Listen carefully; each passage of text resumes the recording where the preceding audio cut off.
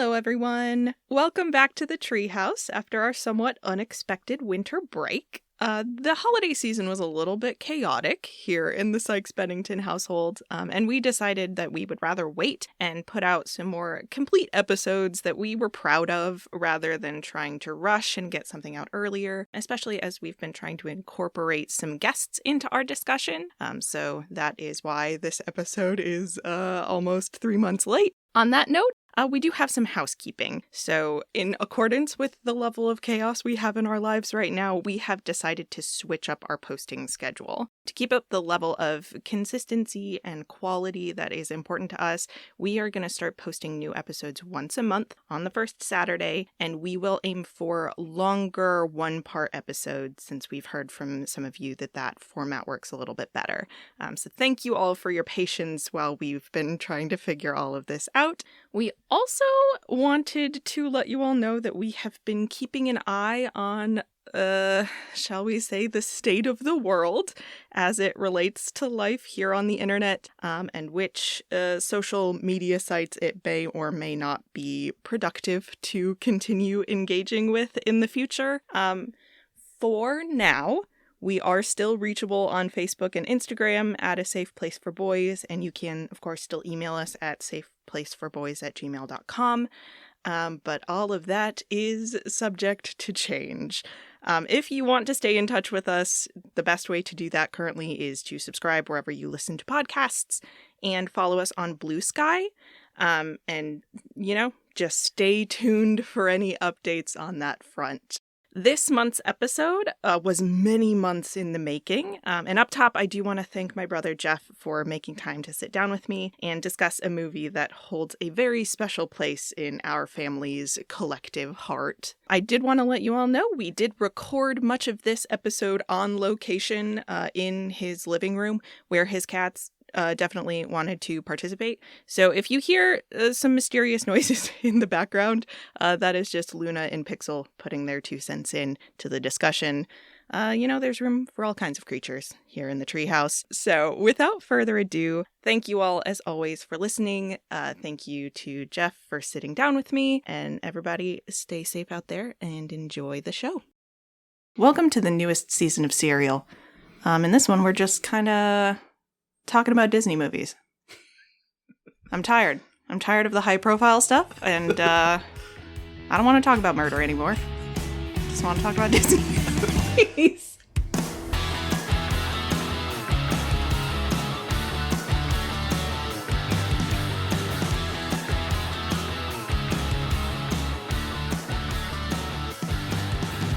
Welcome to A Safe Place for Boys, compassionate conversations about masculinity in media. I am your host, Kelcee Sykes. With me, as always, is a 2-time Olympic gold medalist, and he would have been a 3-time Olympic gold medalist if he hadn't cheated.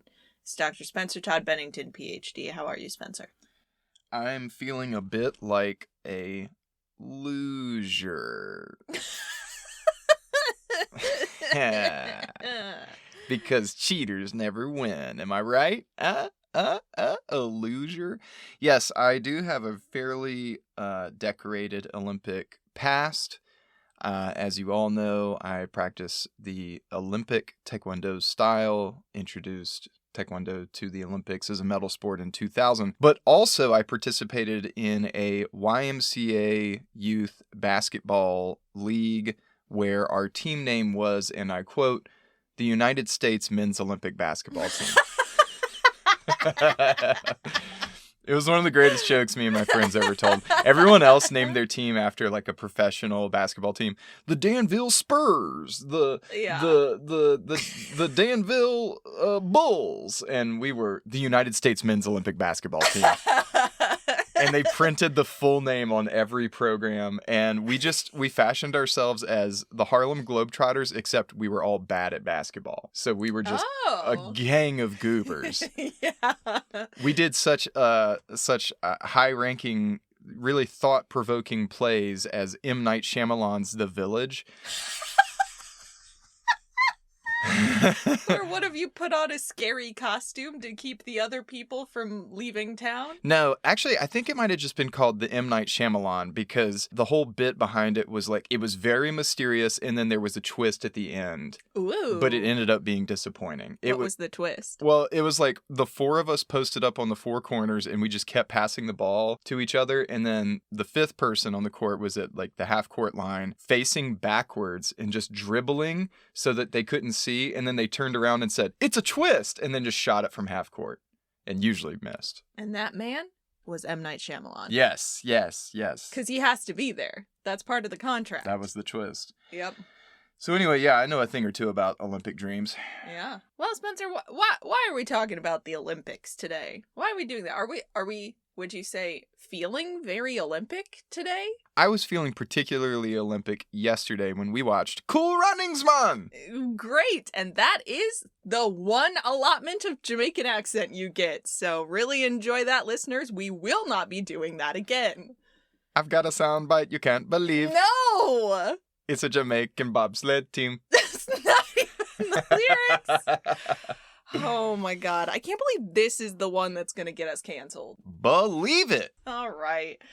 Yes, we did. We watched Cool Runnings yesterday. Everyone's favorite live-action Disney movie. And I gotta say, I feel like of the sort of staple Disney movies from my childhood that I have forced you, gun to your head, to watch with me in the last year, that this one might have gone over a little better than some of the others. Would you agree with that? Yeah, considering that we're comparing this against, like, The Hunchback of Notre Dame. Yeah, I'd say it was a little bit better. Because, spoiler alert, I hadn't really seen this movie all the way through. It was like a movie that was always on TV, and I knew the bit, I guess. But it just wasn't really a part of my childhood. And so when we were watching it, I was filled with dramatic tension because I was just absolutely certain at least one of these nice Jamaican boys was going to die. In this PG-rated family comedy. Kids got to learn about life somehow. Yeah. I mean, yeah, that is my biggest takeaway. This is a movie that my family watched a lot as younger people, and I don't remember it being particularly tense when I was little. Because I didn't care about the sports part of it, so all of their struggles to qualify and they're trying to get their times down and all of that, just I didn't care about. And also I guess I just didn't process the severity of what happens at the end of this movie, which is kind of a miracle in that not only did none of the characters in this movie die, but none of the real life men who the characters in this movie are based on died either, at least not in this specific incident, and that is kind of incredible. These fools were scooting at 80 miles an hour in a 600-pound sled, wearing bicycle helmets, doing a sport where John Candy says, and I quote, "You don't have to worry about your bones breaking, they shatter." Yup. The sliding sports are stupid. People shouldn't do them. I mean, it looks sweet. It looks really cool. It never looks to me, when you watch footage of bobsledding, it never looks to me like they're going as fast as they are. But they're going faster in a bobsled, down some ice, with no padding except a helmet on their head, faster than you are legally allowed to drive a car in most places. At least in the US. And kind of the kayak problem, too, where when they flip, it's just their heads poking out. Yeah. It's just their... And there's no way to get turned back over. No. Hopefully you did a bunch of those, neck bridges that you have to do in wrestling, to be able to stand upright. It looked like they snapped their freaking heads at the end of it. Yeah. It's rough, but we'll get there. We're talking a lot about the end of this movie, but we'll, that's just a little preview of what's to come. Yeah, this is my way of saying, hey, if you haven't seen Cool Runnings, or you haven't seen it in a while, or you're worried about showing it to your kids, don't worry. It's a story that you can't believe, where all four of the bobsled team didn't die. An excellent spoken word rendition. Beautiful. Thank you. But let's start at the beginning. Let's not skip straight to the end, even though that's the only part of this movie that is based on real life, because some other things happen before we get to Calgary. And so let's start with our main character. The movie opens in a schoolyard in Jamaica, where we watch Doris Bannock, who is the son of the legendary sprinter and a prior Olympic gold medalist named Ben Bannock, line up in front of this sort of little makeshift track that his students have set up for him in front of the school. They've got these little pennants along the side, and they put the little tape at the end. And it was toilet paper. It sure was toilet paper. You use what you got, you know? You use what you got. But Doris takes off down the little track they've made for him, and he goes through the tape, and then he just keeps going because Doris is a runner, and everyone in all of Jamaica knows it. Just literally every person that he passes knows who he is, knows who his father is, and knows that he is trying to follow in his father's footsteps and get himself an Olympic gold medal as well. Mm-hmm. But that's not what he's doing on this particular day. On this day, Doris is in a hurry to get to the local pushcart derby. Nice. Where his best friend Sanka and Sanka's army of child subordinates are favored to win the race, at least according to Sanka, in their pushcart, which is very originally called the Rasta Rocket. Nice. This is apparently his 7th derby, and he's got his lucky egg all ready to go. So this is going to be one of the recurring themes in this movie is Sanka's lucky egg that he kisses before every race.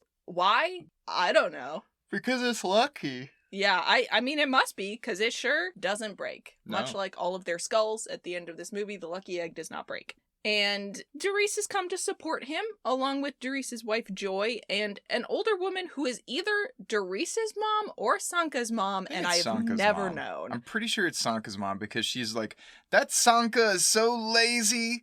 And then Doris is like, ha ha ha, and she's like, what are you laughing at? So it's like, I'm allowed to make fun of him, but no one else can. I suppose. It's never quite clear, and it might be one of those things where, like, they've been best friends for so long. Everybody's your kid, everybody's your mom. Sure. It's just that kind of community. So they've all come down to support Sanka, even if they're not particularly confident that he has worked hard enough to succeed. But, you know, he's going to give it his best shot. And so with a rallying cry that we will hear again in this movie, do you remember? Nope. You don't remember? Oh, you could do a parody of the song he sings later and not this? The rhythm, the rhyme, Jamaican all the time. You're not that far off. It is feel the rhythm, feel the rhyme, get on up. It's pushcart time. Nice. And then he and the child that's on the hood of Winston. his pushcart are going off down a hill. And as he is like just flying down this hill at Mach speed, he screams, "I love Jamaica and Jamaica loves me." Mm-hmm. And then he is immediately shoved off the track and like crashes into like a merch hut. Yeah.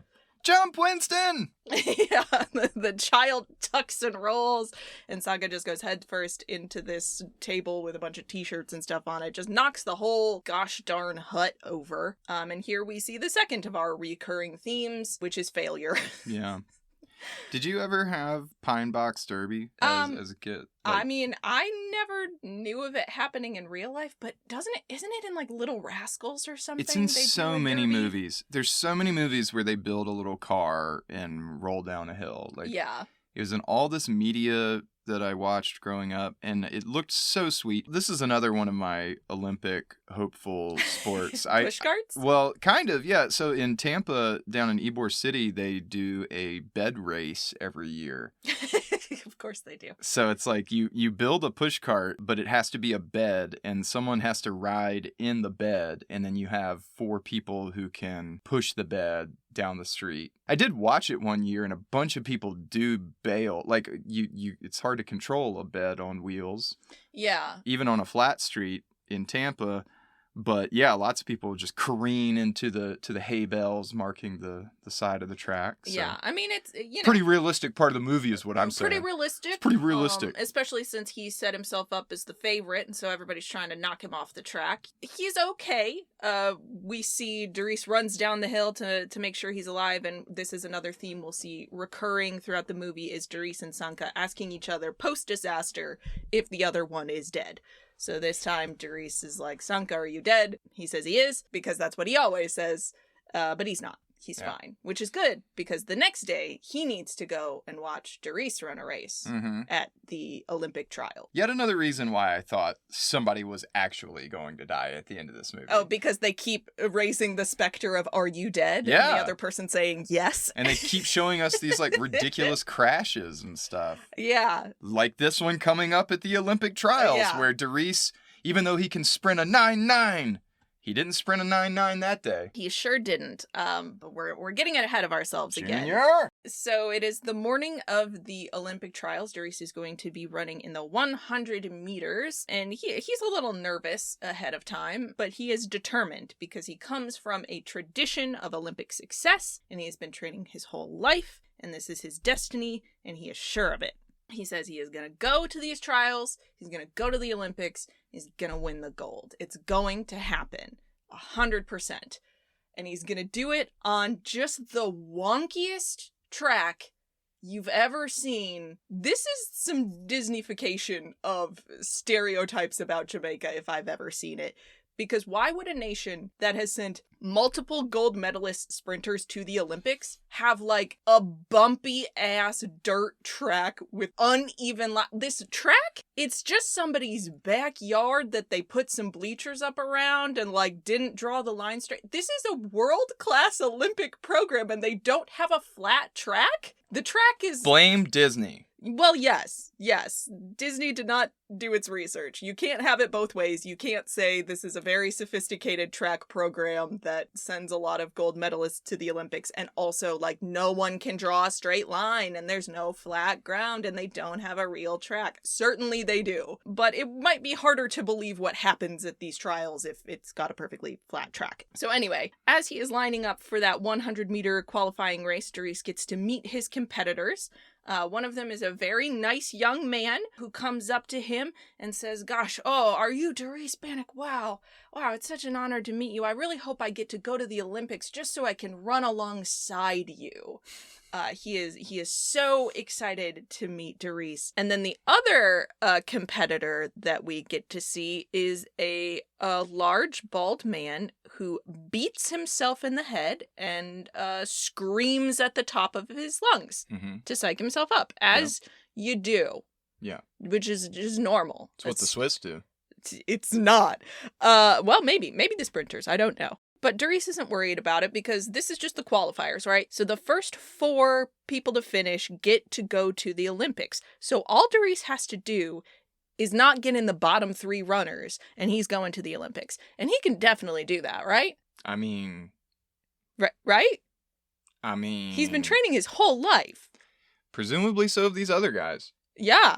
It's anyone's game. It's the qualifier, you know? It's anyone's game. And all that has to happen, basically, is for, like, a person not to trip him in the middle of the race. And Doris is going to the Olympics. Well, you know. Oh, no. Junior! Yeah. So what happens that you hope wouldn't happen, happens. The very nice, polite young man does trip, and he takes himself and Doris and the angry bald man down with him, which means that all 3 of them don't even complete the race and do not make it onto the Olympic team. If it's any consolation, I also, again, wasn't really sure this movie was rated PG, so I thought Doris was about to have, like, a knee explosion or something, like, just a life-threatening leg injury, like he was going to have to get a metal foot. Nope. You know, and then it turns out that his metal foot grips the ice better, and so it even makes him a better snow sprinter. Oh, God, that might have worked out better for him in the long run, but no, they just all trip and fall into the dirt. Into one another, becoming best friends for the rest of their lives. No. Immediately best friends. No. Doris is face down in the dirt. Face down in the dirt. Can I tell the story, please? For fuck's sake. Red jumpsuit apparatus, everyone. They're our guests today on the podcast. They're coming up later. But anyway, so Derice Bannix is face down in the dirt. And he looks up and he sees 4 other guys cross the finish line. And so his dream is over. But Derice is not one to give up. That is his core personality trait, is his tenacity. And so he goes to the office of the head of the, I guess, Olympic committee or whatever for Jamaica. His name is Mr. Coolidge. And Derice begs him to rerun the race. He says, it's not fair. I should have been on the team. You got to rerun the race. And Mr. Coolidge says, no, because I don't know if you knew this, Spencer, but sometimes life isn't fair. And so in his despair, Derice turns to this wall of photos that Mr. Coolidge has on his wall, which is photos of all the Jamaican Olympians. And of course, it features Derice's father quite prominently. And so Derice is looking at the photos of his father and sort of asking him, and we sort of assume that his father is not alive anymore. And so he's saying, like, Dad, what should I do? What do I do now? This is what I've worked for my whole life. Papa. Yeah, and he notices one of the photos of his father, there's this white guy standing next to him, and they're both wearing gold medals. But Derice doesn't recognize the white guy, and so he turns to Mr. Coolidge, and he's like, who is this man? And Mr. Coolidge is like, oh, that's Irv Blitzer. He, he came down here years and years ago. He was a gold medalist in bobsledding, of all things, and he came down to Jamaica to ask your father to join a bobsledding team because he had this theory that sprinters make good bobsledders. They can do a really good job at doing the push start on the bobsled. And, of course, Jamaica produces the best sprinters historically, so that's where you gotta go. And he wasn't ever really successful at convincing Ben to join a team, but, he's still local, assuming he hasn't been arrested or shot. He still lives around here, but he's a bookie now, and he's just kind of a deadbeat, and you don't want to have anything to do with him. And Derice has a very sort of a selective hearing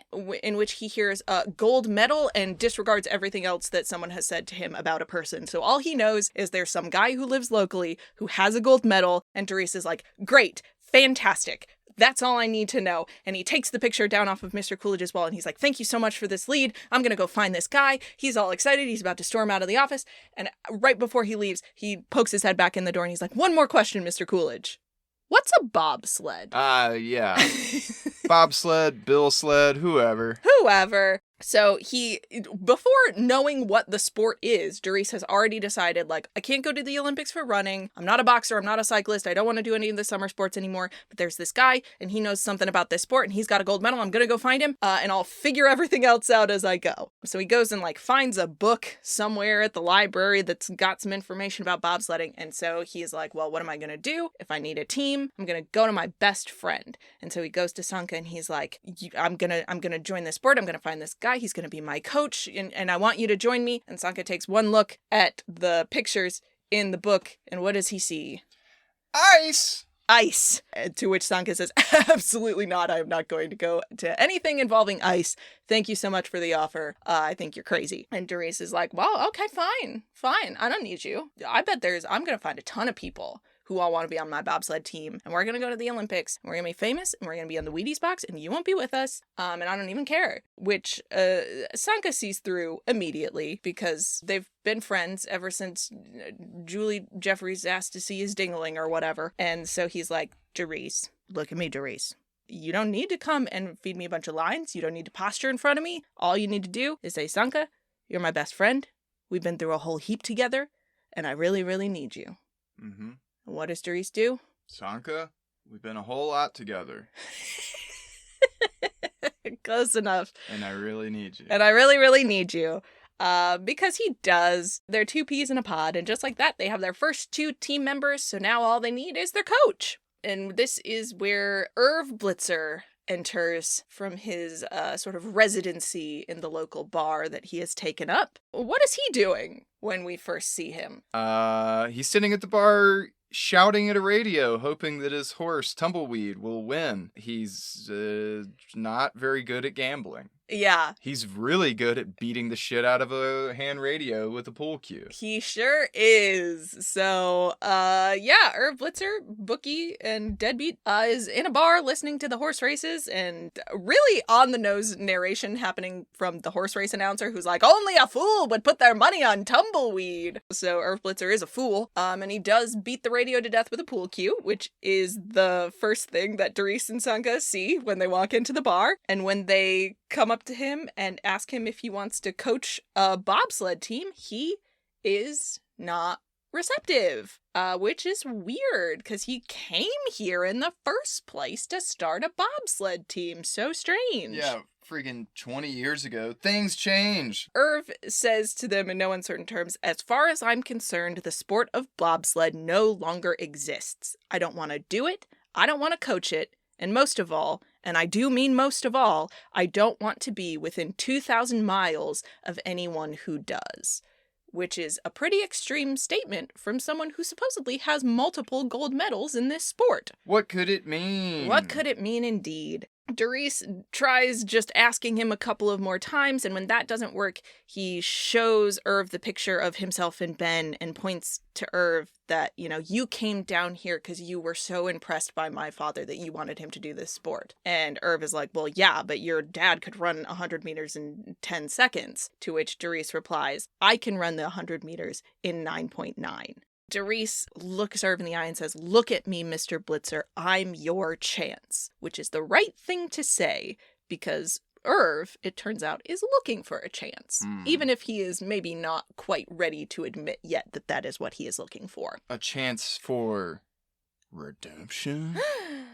No one knows. And when I say Irv is looking for a chance, he's sort of looking for a chance. So they have this recruitment gathering. They get a bunch of guys together and they're going to explain to people what bobsledding is, how the sport works, and hopefully get these 2 team members. Because in bobsled, there are 2-man events and there are 4-man events. And what they are trying to put together is a 4-man event. And so Irv brings in this slideshow to help explain the rules of bobsledding to people. And what does this slideshow mostly consist of? If you played yakety sax over it,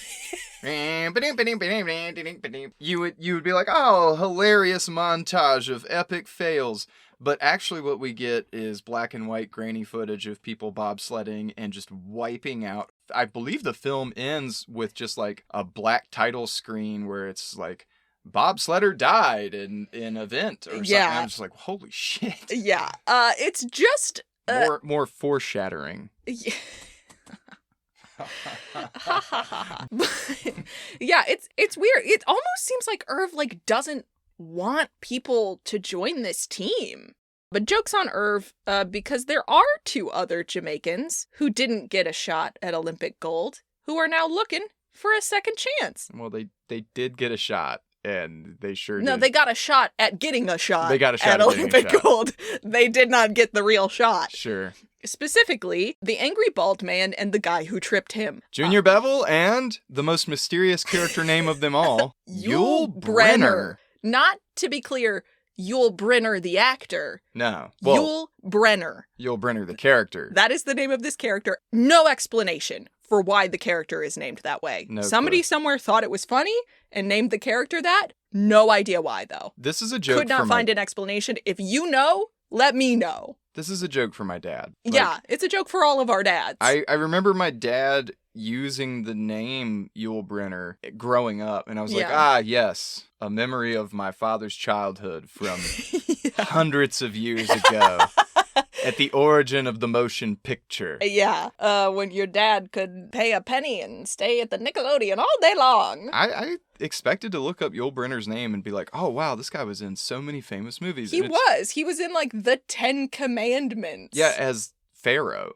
Sure, yeah. Well, he did a lot of racist stuff. He was also in The King and I. I think it's just because Yul Brynner's a white guy name, and yeah, this is not a white guy. Especially if he was doing some blackface stuff elsewhere in his career to then give his name to a black character. I don't know. The angry bald man's name is Yul Brynner, and it's never commented on besides John Candy making a what face when he first hears the name. And that's it. That's all the acknowledgement it gets. And as we have alluded to before, the very polite young man who tripped everyone is named Junior. And he has showed up and he wants to join this squad, but he makes it clear that he has no intention of being a team player. All he wants is to get off the island. He wants to go to the Olympics. He wants to make a name for himself, and he doesn't ever want to come back. And those are his goals. And Junior comes in late, and Yule immediately tries to kill him. Yeah. Because if it weren't for Junior, they would be at the Olympics already. But Doris points out to him that this crew is going to Canada with or without him. So either you, get over yourself and learn to play nicely with the other kids, or we're going to leave you here. And so Yule agrees to stay, but he hates Junior. He hates Sure. Junior. He's a mama's boy. He's a college boy. We hate Junior. I am so interested by Yul Brynner. Yeah, he's fascinating. We get no backstory. No backstory. I would watch the Yul Brynner sequel, Cool Runnings 2. Cooler runnings. Cooler Runnings. Till Julia Brinder Dundat. Yule and Yulia, maybe he also tries to cook all of Julia Child's recipes. I don't know. Anyway. Oh, that's funny. I'd watch that. I also would. So they've got a team. And now they just need to learn how to do the sport that they all signed up to do. And so they've got this sort of makeshift bobsled. Obviously, it has wheels instead of blades on it because they're still in Jamaica and there's no ice here. And they need to sort of assign everybody their positions. So Yule is the second middle man, which means he is sort of the third person in the sled. Junior is the first middle man, so he's the second person in the sled. And Sanka is... What position is Sanka? He's a driver. He's a- the best pushcart No. driver on the island. No. He's no. the driver. No, he can't be. So Sanka is really making a play to not be the brake man, who is the person who sits in the back. He wants to be the driver. And Irv explains to him that if you want to be the driver, that means accepting all that the role of the driver entails in this sport, which means you have to work harder than anyone else on the team. You need to study all of the tracks. You need to know them like the back of your hand. You need to put in long hours. You need to stay focused 100% of the time. When the other guys are going out to bars and having fun, you need to be back in your room. And more to the point, if you're driving the sled, you are responsible for literally, remember that slideshow, literally the lives of everyone else in that sled with you. I don't know, Sanka, do you think that's what you want? I'll man the brakes. Yeah, he says, I say we make Doris the driver. Yeah. To which, of course, Irv agrees. But I'm interested in this moment in terms of what it sort of means for Doris's arc. Why do you think they make a point of having this moment of Irv explaining in detail exactly what the driver of a bobsled needs to do? I mean, I was still thinking somebody was going to die in this movie. And I thought the lesson was going to be all right, Doris, it's your hubris and your desire to win and achieve that has now, not only put your life on a particular path, but you've roped in these other people to do something very dangerous and very sort of niche with you. And you need to understand that you're bearing a very heavy responsibility by doing that. I guess what actually happened in the movie was it just reflects oh no, Doris really does want it. He's willing to put in that time, that effort to study the pictures of the track and to memorize it and do all this stuff. The more I think about it, the more I'm nah, somebody should have died. Yeah. I mean, in a different sort of movie, this is a sort of Spider-Man moment where someone who gets so blinded by their own desires that they start making reckless decisions and somebody else gets hurt. Mm-hmm. That is, I mean, fortunately for the real life people that this story is based on, that is not what Doris ultimately decides. Kind of, though. You told me in the real life story, dude had a hurt shoulder. Well, and yeah, that's they true. raced anyway. And also they had a dude that was sick and they had a last minute substitute. Yeah. And it's all of that means you don't race that day. I mean, I don't know. I don't Yeah, no Olympian. I've only just been on the United States men's Olympic basketball team. And yeah, I mean, for me, rather than it being a Spider-Man sort of moment, it feels a little like it's King Arthur looking at Excalibur and being do you want to take this up? Yeah. Knowing what it entails? And he sort of does, and he decides to take that mantle onto himself, partially because he is an ambitious person. That is part of his personality. But also, I think they make a point of putting that moment in the movie so that Doris doesn't have an Uncle Ben moment where someone gets hurt because of him, where from the very beginning of this story, he has a sense of his responsibility to these other people that he has roped into this thing. So we've got our setup, right? We know what the roles of each of these characters are going to be on this team. We just need, there's some other bumps in the road before this becomes sort of a dream that comes true. And one of those struggles, at least for one of our cast members here, is going to be family approval. So we cut from the hill where they're learning to bobsled to the biggest house in Jamaica. I assume it's a very large house where Junior is polishing his car, and he is giving a very poised and well-practiced speech to his father about how a man has got to do what a man has got to do, and what he is going to do is become a bobsledder. And, if that means that his father cuts off his allowance, then so be it. So be it. And he sounds very confident, and that is when the camera cuts to show that he is in fact talking to the droopiest dog. This dog is melting. It's just the longest face. Just a little basset hound. Just a little basset hound. Even the dog is not impressed by this speech. Classic Disney dog. And even less impressed by the speech is Junior's actual father, who drives up at that moment and informs him in a sort of steamroll-like fashion that he has gotten Junior a job at a brokerage firm in Miami. Webber, Wagner, and Steger.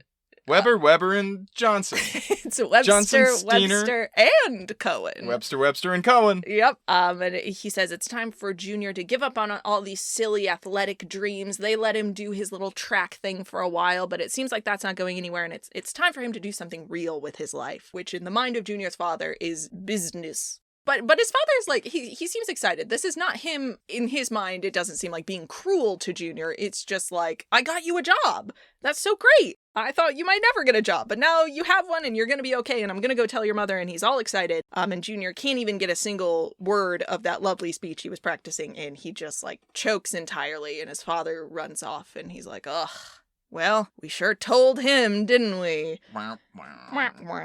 But Junior keeps practicing with the team anyway, and they're working on their push starts. It's the most important part, is getting the sled going. They need to be able to get the sled moving down the hill and get all four of them into it within 6 seconds. And they are not very good at it at first. No. And so they're like, they're trying to get their practice in. They're pushing Irv's Volkswagen down the road for a while. They're falling down the mountain. They lock Sanka inside of an ice cream truck so he can get used to the colds. And at one point they just crash fully into a cop car. And the cops are like, we should arrest you.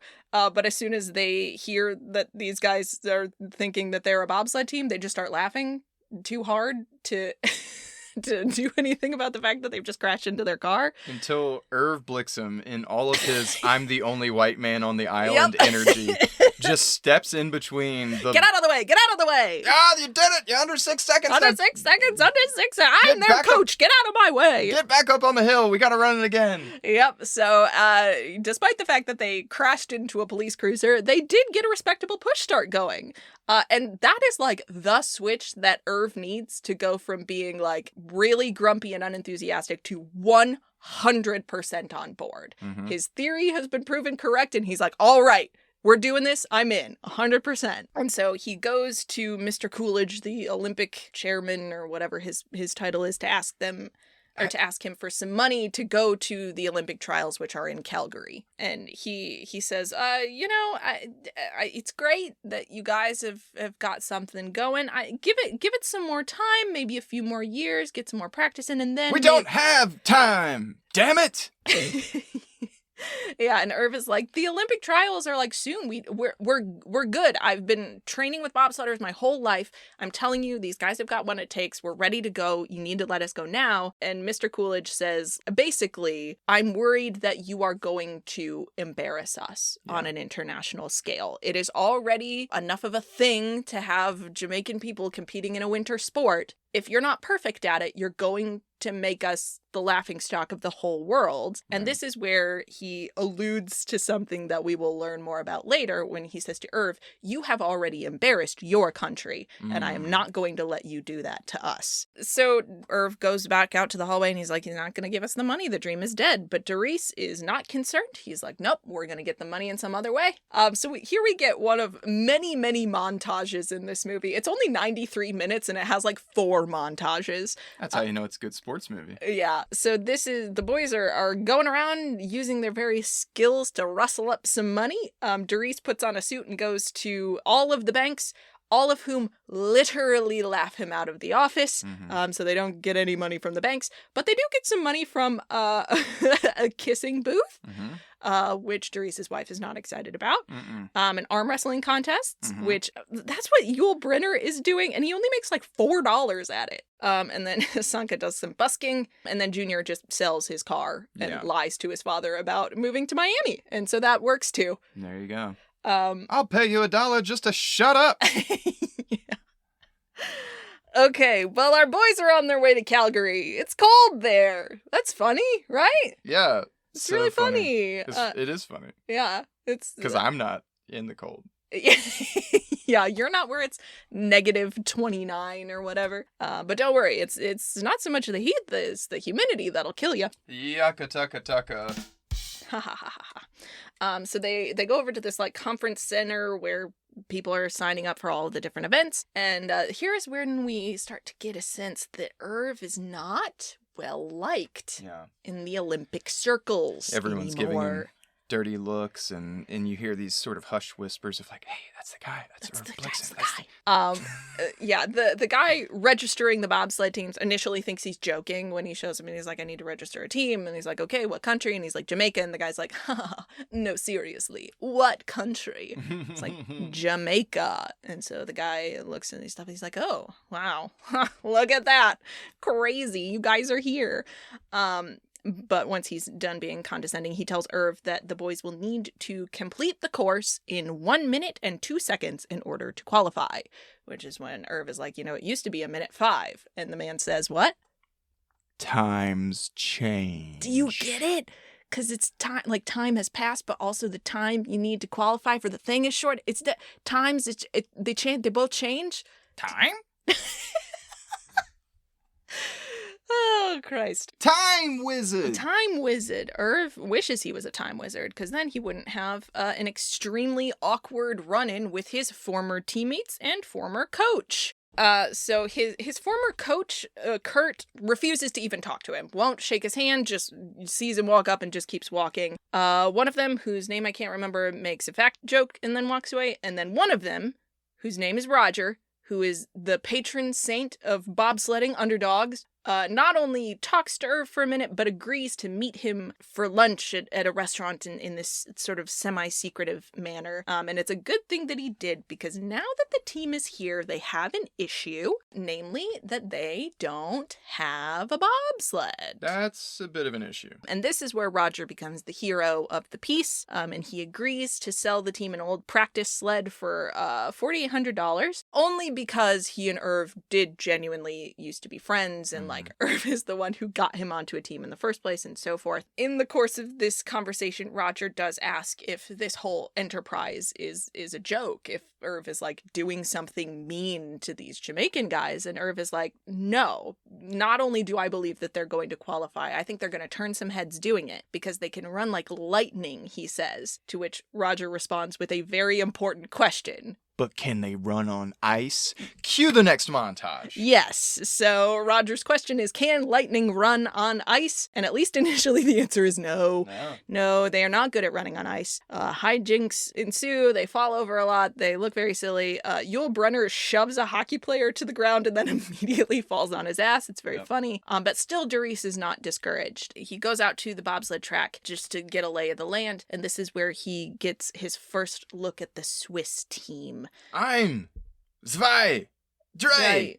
And put her down some ice. The Swiss team, of course, is very highly favored to win the gold, as you might expect. They are very sleek. We never see their faces. They're always wearing their helmets, so we never see the Swiss team's faces. Dries is very very inspired by their sort of European stylings. But unfortunately, the Jamaican team does not have a sexy, polished sled. They just have a sad, unpainted sled. But, you know, it's better than nothing. And of course, Dries loves her immediately. But unfortunately, again, none of the other teams are particularly impressed by their sort of scrappy, can-do vibes on their first day out with the other teams, going down the track the first time. They are vaguely racistly harassed by an East German guy. Specifically, to be clear, it is an East German guy. The West Germans do not feature.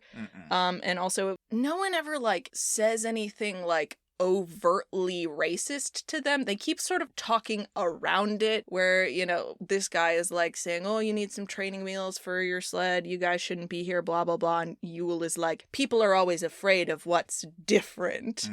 And that's kind of the most we get of an acknowledgement that probably the reason this guy is harassing them is because they're black, but no one says that explicitly. And also they're not that good at bobsledding yet, so people are sort of confused about why they're there, especially this first run where Sanka just literally screams at the top of his lungs all the way down the track. And then pisses on his teammates as they crash on turn 7. They crash. Their first time, they're not even doing a push start. They're just sliding down the track the first time they crash. It's not great. Look, I mean, they've gotten to practice everything else. They haven't gotten to actually they haven't practice been on ice yet. Driving a bobsled. So yeah, it's a miracle that they don't crash multiple times. Yeah, just right away they don't crash. So back at the hotel that night, Yule and Sanka kind of get into a fight where Sanka's like cooking something on a hot plate and reading comic books and being snarky. It culminates in Sanka calling Yule Brenner stupid, saying like, you're not even smart enough to read this comic book and you can only count to 10 if you're barefoot or wearing sandals. And Yule responds that, you know, Sanka is a loser. Not like Yule, who has drive and he has a plan. He's going to win himself a gold medal, and then he is going to move into his dream home, and he already has a picture of his dream home. He knows exactly where he's going to move when he is rich and famous. Check it out. And it is Buckingham Palace. I mean, it is just literally a photo of Buckingham Palace. Aim for the stars, land on the moon, am I right? Yeah. Sanka, of course, begins laughing uproariously and tells him that if he wants to move there, he's going to have to marry the queen. It comes to pass that Yule didn't know that was a picture of Buckingham Palace. He just thought it was a nice house. And now he feels very foolish because he has been pining for this specific house his whole life, and now he has learned that there is no chance whatsoever that he will ever get to live there. And he is visibly crushed. Yeah. And it's pretty hard to watch. He has such beautiful eyes, wonderful lashes, and to see that man pout, it just breaks you a little bit. It just breaks your heart. And this is where, fortunately, Junior interjects, and he says, well, you know, my father started out in a one-room hut, and now he lives in one of the biggest houses in Kingston, so why shouldn't Yul Brenner also dream big? In fact, Junior says, all he needs to do is know what he wants and work hard for it. Believe me, Sanka, the more Yul Brenners we got making it in this world, the better off this world will be, especially for Jamaicans. And he picks up Yule's picture of Buckingham Palace and he hands it back to him and he says, you go get your palace. Yeah, it's very sweet. It's very sweet. And from that moment on, those two are best friends. Best bros. That was all Yul Brenner needed to encourage him to start being nice. Yeah. It's very sweet. Well, it's a really important scene because what provokes that little speech is Sanka says specifically, you're going to live and die in a one-room shanty house just like all the other dock working Jamaicans. Yeah. And that's where Junior's like, no, actually, that doesn't have to be true. Yeah. You know, my dad is a rags to riches sort of story. He wasn't born with money like I was. Yeah. Yeah, I think it's really important. And it's also the first time we see Junior be filled with pride and power. Yeah, and it is notable that the first time that happens is on behalf of someone else, where he has a really hard time verbalizing things on his own behalf, but he can see someone being cruel to someone else and say, well, no, actually, don't make fun of this guy. Don't call him foolish. We have every reason to believe that he could be successful. Mm-hmm. And it is notable that he is capable of standing up for someone else a little bit sooner than he is capable of standing up for himself. Well, and that comes back to empower him. It sure does. With pride. And power. And power. But you're a bad mother. before he can become a bad mother who don't take no crap off of nobody, he and the rest of the team need to master the push start on ice. They are not good at that either, gosh darn it. The next day, they're up on the hill and they're going to do their push start where they're going to push it off down the ice, and all 4 of them are going to try to get into the sled, and boy, it just doesn't, just none of it. It's bad to the extent that the sled just flies away from them. And there is a photograph in the newspaper in Jamaica that just says Jamaicans chase sled. Yeah. Which is seen by both Mr. Coolidge, who is not happy, and Junior's father, who is understandably even less happy because he thought Junior was in Miami working at a brokerage firm. Webster, and Cohen. And now he has learned the truth, not from his son, but from a newspaper, which is probably not a great moment as a parent. But don't worry, Irv's old teammate Larry is here to give Doris some helpful advice, namely that Irv is dragging him down. They're never going to win with Irv as a coach.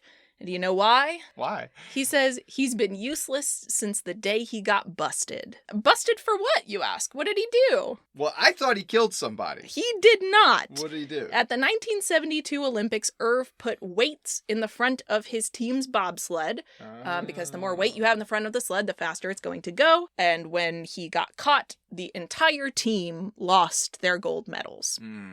This is the first Doris has kind of heard of this. Never mind that, though. Boys are going out. Going to a party. Time for line dance. Time for line dancing. But they're getting dressed. Is very cute. Junior's like putting his little sweater on and he's getting all ready to go out. And then a telegram arrives. A telegram. Yep. And it is from his father, and it is saying, you need to come home right now. And of course, Junior's inclination is to just do whatever his father says, even if he doesn't want to. And so they're at this country western bar, which is a very funny thing to have in Calgary. And Sanka is line dancing as poorly as anyone has ever line danced, and trading hats with this white lady who is like very into it. This white lady is feeling it. Ewell and Junior are sitting by the bar, and Ewell is giving Junior a pep talk, basically being like, you're an adult and you shouldn't have to do whatever your father says and you need to stand up to him. And Junior's like, no, you don't understand. You don't know him like I know him. It's better if I just go home. It's going to be a whole thing. And their conversation gets a little too rowdy in this very loud bar where the East German guy from before has definitely not just been sitting there staring at them obsessively all night waiting for his opportunity to come and say something mean to them. And this is where we get that sort of like, you need to go back to where you come from, which is again like, we're inching towards racism, but we're not saying it explicitly. And in response, Ewell drags Junior to the bathroom for some affirmations. Gosh darn it. What are his affirmations? He has Junior look into the mirror and repeat, what? Junior, when you look into this mirror, what do you see? I see Junior Bevel. No! You want to know what I see? I see pride! I see pride! I see power! I see power! I see a bad mother who don't take no crap from no one! Oh, specifically, and this was very important to me as a child, it is a badass mother. Whoa. Who don't take no crap off of nobody. And they repeat that multiple times, and boy, it works. Because Junior says it like twice, and then he's like, I'm going out there! And Ewell's like, where are you going? Gotta go stand up for himself. Yeah, so he goes back out. To old Crystal Blue Eyes. Yeah, all the Mr. Aryan Dreamboat man, and he's like, excuse me, you were very rude to me before, and I would like an apology. And German racist man is like, no. Yeah, just pokes him really hard. Pokes him so hard that he falls out, shoves him to the ground, and is sort of crouched over him, and he's like, what's wrong, Jamaica? Why don't you say something? Ewell Brenner comes up and is like, no problem, and punches him in the face. Yeah. Which I think is justified. And so it kind of turns into a bit of a bar fight. It's definitely a bar fight. At least 2 people get bottles broken over their heads. Yeah, there's bottles broken over their heads. Sanka like fully launches himself through the air on top of some people. It's a mess. Yeah. So Irv has to kind of do some damage control for them. He has to go to the owner of the bar and be like, sorry, they all have mental problems. So he doesn't press charges against them. But they're, sitting back in their hotel room, and Doris is like, I can't believe you guys. The Swiss team doesn't act like this. And Sanka points out that you never see the Swiss team smiling either. You never see their faces. We never see their faces, but, they seem to sort of eat and sleep and breathe bobsledding and nothing else. But Irv reminds them that they're not exactly popular. He's not popular. They as a collective are not popular. A lot of people want to see them fail. So if they are going to qualify, they're gonna need to focus, which to their credit, they do. Because here is going to be our second montage. Third montage. Yeah, another montage. They're running in the snow and they're practicing their push starts and they're practicing their turns in the bathtub, and Sanka is almost weightlifting and they're throwing snowballs at Irv, and it's all very cute. And to sort of mark their transition into a serious team, on the night of the qualifying run, Irv gifts them their sledding uniforms, which are these sort of bodysuits with the Jamaican flag on them. Really beautiful. Really beautiful. The actual designs of those uniforms, that is based on real life. One of 3 things in this movie that's based on real life. I first learned what the Jamaican flag looked like from Street Fighter 2. I think this movie is where I learned what the Jamaican flag looked like. Oh, well, there you go. And wouldn't you know it, even though at the last second the Alliance changed the qualifying time from a minute 2 to a minute flat, presumably to weed out anyone that they think does not deserve to be there. The Jamaican team finishes their qualifying run in 59.46 seconds. 59.46! Did you see that? Did you see that? I'm sorry, I gotta go. This is terrific! And Irv is very excited. They're going to the Olympics.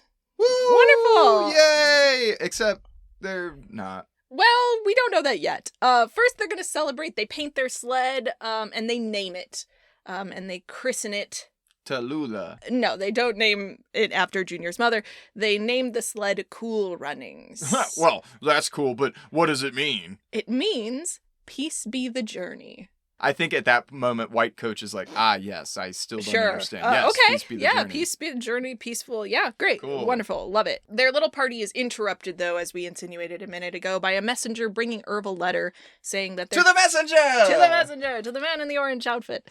The team has been disqualified, which, in my opinion, leads to the best scene in the movie. Where the Alliance has to explain that black people aren't allowed to bobsled. Basically, yeah. Because the alliance that makes these rules is led by Irv's old coach, Kurt, who is the one who sort of spearheaded this effort to change the rules again at the very after the qualifying event has already happened, to ensure that anyone who has never competed in an international competition before cannot compete in the Olympics. And while in previous years, the qualifying trials themselves count as an international competition, the alliance has decided that this year, after the fact, that will not be the case, which, wouldn't you know it, only disqualifies the Jamaican team. Isn't that so weird? What you must understand, Kelcee, is the Alliance must do what it must do for the good of the sport. And as the most British man in the world explains to Irv when he kicks open the door to this meeting and is like, Kurt, what the fuck, dude?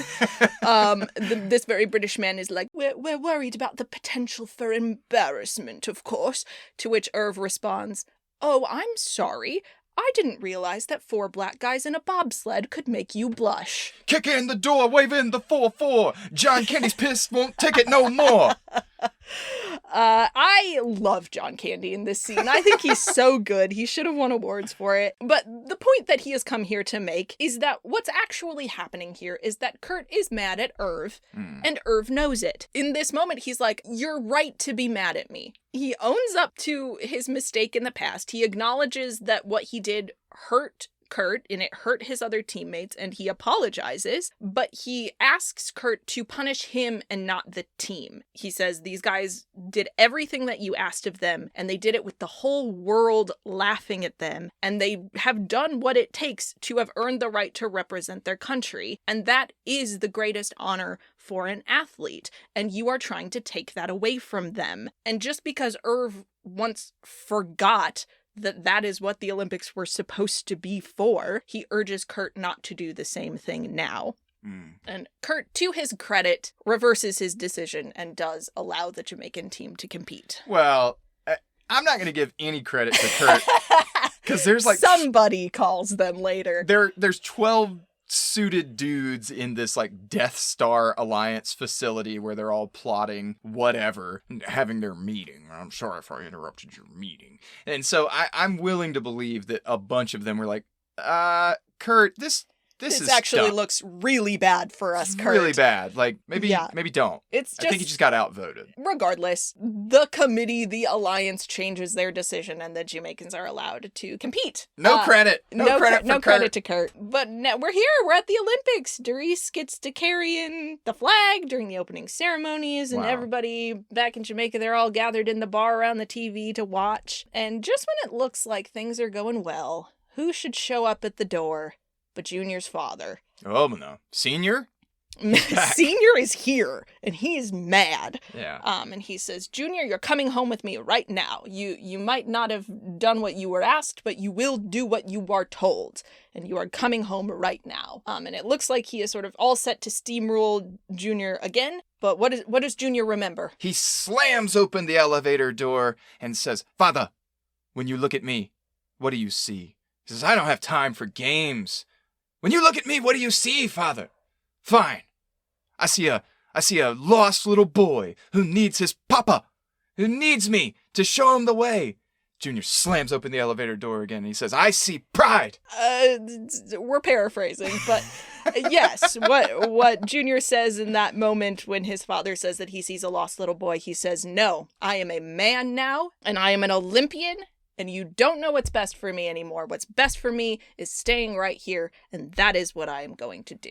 In the background, as Junior's father rides the elevator away, Yul Brynner is leaning against a wall watching, and he looks at Junior and he says, badass mother. I could kiss you. I could kiss you, and I will, later. So now the competition is fully underway. The Swiss are looking good, and Doris has decided that the more they act like the Swiss, the better they're gonna do. And this mostly manifests in him smacking his teammates' helmets right before they're gonna race, which none of them like. And this first run just doesn't go well for them. They're kind of ping-ponging around the walls, or pinballing, I guess, not ping-ponging. That doesn't make any sense. What matters is they're not being Jamaican. Yeah, this first run does not go well.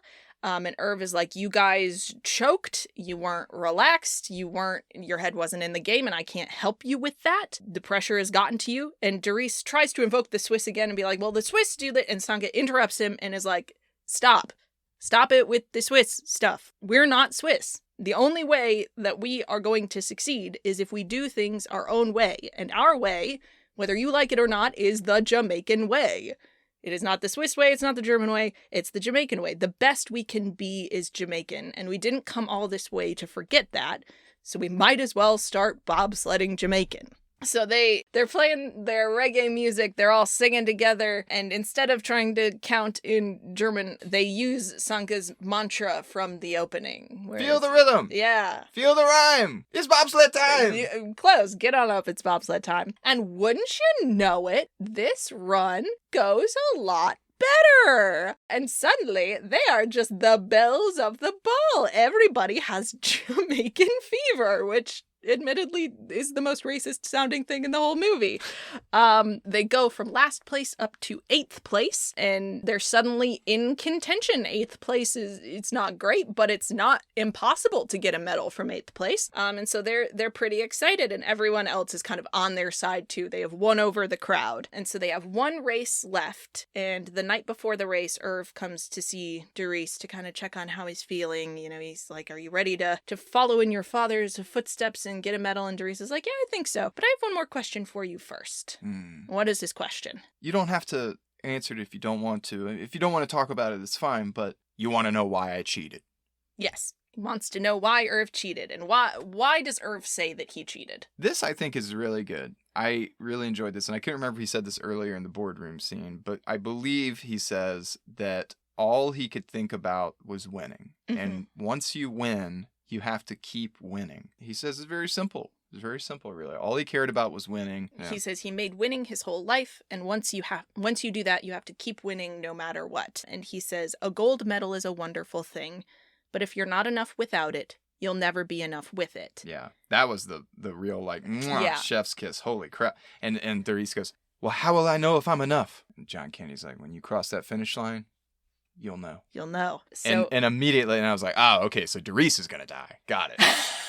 He's never going to. No. His teammates are going to carry his dead body across the finish line. No. But Doris now has it in his head that he has to cross the finish line. Mm-hmm. That is what we've been set up to see in this last scene.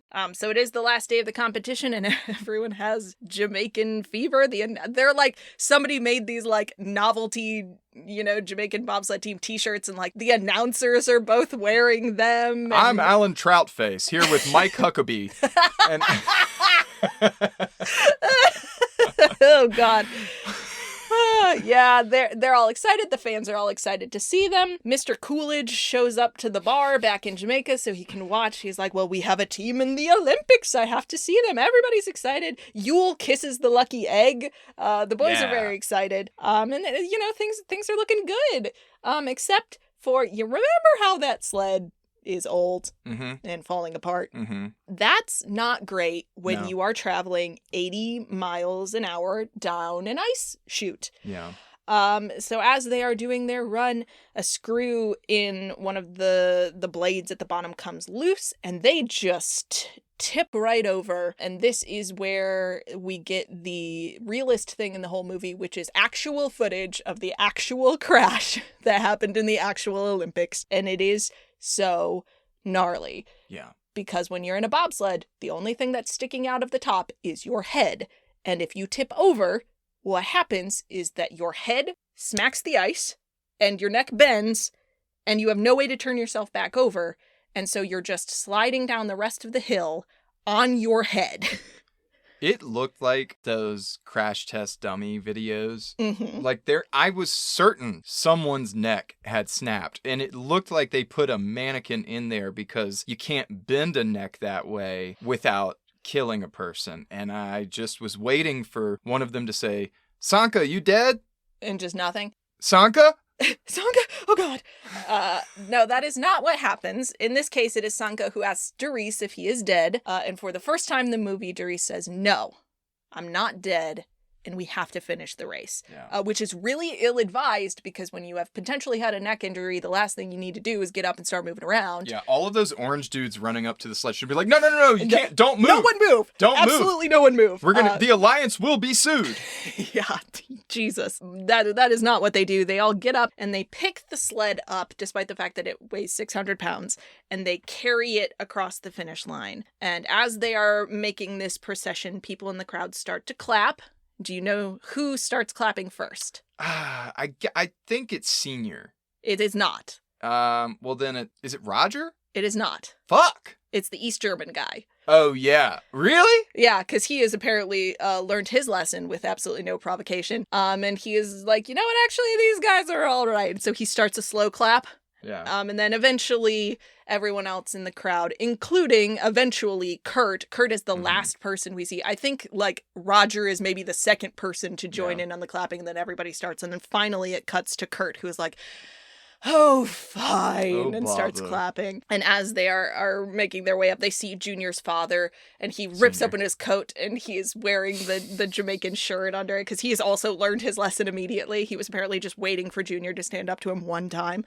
And as Doris crosses the finish line, he smiles. He doesn't really say anything after this point, but we sort of know that he has figured out what he is worth in that moment. He's enough. He is enough. And to prove it, the first person who greets him on the other side is that East German guy who's like, I'll see you in 4 years, buddy. And then Yule kisses Junior, and they all take a photo together.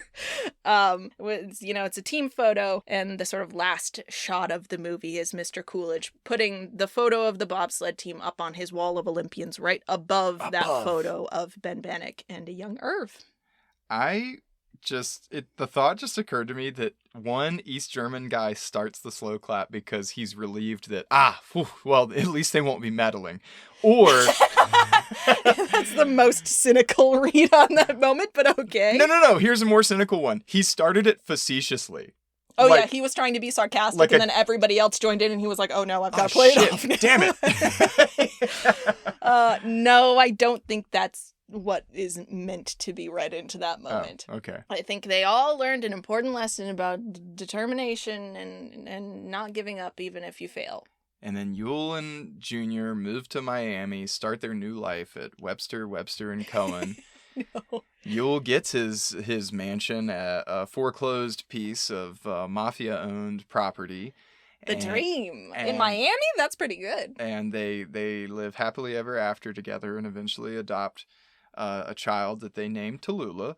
Yeah. This is beautiful. 4 years later, Doris does go back, tries to convince Sanka to do the two-man bobsledding, but Sanka does have lifelong injuries, not paralysis, and but PTSD for sure. He's given up even pushcart racing, and so most of that second movie. This sad? Well, no, it's a rehabilitation story where Doris has to prove to Sanka that he can ride again. And so they do the two-man bobsled, and then they lose that, obviously, because they Jamaican bobsled team. Can you believe? And I can believe. But then There's Sanka been comes more since then. Sanka comes back to the island and wins his pushcart derby. And then what does Doris do? I think realizes that he's a better runner. But then 12 years later, he's too old and coaches Winston. Wow, you really brought it all full circle. Yep. Okay, well, based on your writing of fan fiction, I don't think I can trust you to do an in-depth analysis of this movie. But who's going to do the analysis? Who is going to do the analysis? Well, we're doing a little experiment here. We told you months and months and months ago we were going to try to get some other voices in here in the podcast, and since this was a beloved movie in my childhood and in my family, I thought I might talk to my foremost expert about Olympic sports, who is, of course, my brother Jeffrey. A very, very special guest! A very special guest. So that is what you have to look forward to in part 2, where Jeffrey and I are going to sit down and have a conversation about these boys and how good and safe they all are in various ways. Well, do you have any closing thoughts before we pass the mic, Spencer? I don't think so, actually. No, I think I got all my sillies out. I enjoyed this, and I'm glad no one died. Yeah, me too. And I'm glad Yule and Junior got together at the end. Canonically, we just decided to accept that as the canonical truth. Well, I didn't make a big deal about it, but Yule certainly makes a big deal of not being touched. And how much he hates everyone on the island and wants to get away. And so I'm for sure he's got more trauma than just like, I don't want to be another deadbeat like these other people. That's not it. Like, something's going on. Yeah. He feels totally out of place. And it's obvious he falls in love with Junior. And they both kind of have their... I don't know. I honest to God, read that as a queer relationship. Yeah. Like, I mean, I certainly do at this point. They both, it strikes to me that way. Like, I mean, anyway. But, yeah. So that's my favorite part of the movie. Is like this ambiguously gay duo. And that's it. Yeah. Just a lot of strong, different types of strong male relationships. I really love the friendship between Sanka and Doris too. I think it's really lovely. Just a lot of men being lovely. And you can hear more about that in part 2. Yay! Well, welcome to the second half of an episode already in progress, which we have not recorded the first half of yet, but that's okay. Because we always do this out of order. I vehemently disagree with Spencer's point about insert random a take here. We're here it's season 2. It's the end of season 2. We're starting controversy. That's the new thing. But you'll notice that those are not the dulcet sounds of Dr. Spencer Todd Bennington, PhD, coming to you across the airwaves. Who are you? I'm your brother. Oh. My name's Jeff. for It's the nice people to meet who you. don't know, the 5 listeners who don't know. The 3 people who aren't our family members. Yeah, I'm Geoff Sykes. No fancy letters after my name. You did design our logo, though, so that's pretty fancy. I did, and I definitely didn't forget about it for a long time. Throw something together, and you liked it. So, well, and I definitely didn't send you an email like 2 weeks before your wedding saying, "Hey, I'm going to start a podcast. Do you want to help me with it?" yeah, I saw the email, I think, but Sure. it did not register at the time. That's totally fine. We're here now, and that's what matters. But yes, this is my brother. He is another man that I know, and so I asked him to be on my man podcast. That's 2 whole men. I know 2 men, and I've talked about dad, so that's 3. We're really doing. This is what the beginning part of every episode is like. It's just vamping for 20 minutes before we're like, okay, no, for real, now we have to make the show. Well, you gotta warm yourself up to the actual content. You know, you gotta get used to talking and conversing and all that good stuff. Yeah. The suggestion for this episode, the topic suggestion, actually came from your wife to me via a text message. After the 2 of you watched the film Cool Runnings and apparently decided amongst yourselves that it would be a good fit for the show, and I happen to agree. But I am interested, before we get into sort of the meat of the discussion, why Cool Runnings? It's probably the first movie I ever loved. Oh, It's the one I can remember clearly from the youngest age, and one I was just drawn to. It was the one I think we could convince Dad if we wanted to just watch a movie. Yeah. It was the one Dad was up for the most. Yeah. More so than a lot of just like the Disney sing-along movies. So it was just like, it was a go-to. But I think, you know, as I've grown older, there are different parts about the movie than I appreciated when I was a young kid.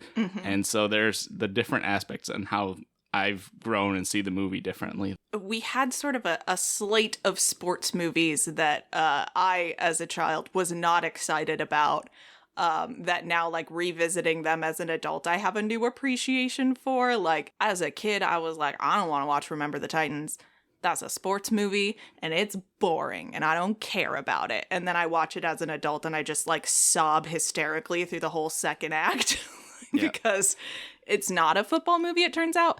But Cool Runnings was one that, as a kid, there's enough in here that is clearly aimed at not super young kids, but like it's meant to be entertaining beyond just like, if you like sports, you'll like this movie. Another movie that Dad watched a lot that we in turn also ended up watching was like Chariots of Fire. And even though it was a sports movie, it was the most boring thing growing up. Yeah, we gotta revisit Chariots of Fire. I'm sure I haven't rewatched that one since I was a kid. I bet it would also make me sob hysterically through the second act. But growing up is realizing why that movie won Academy Awards. Yeah.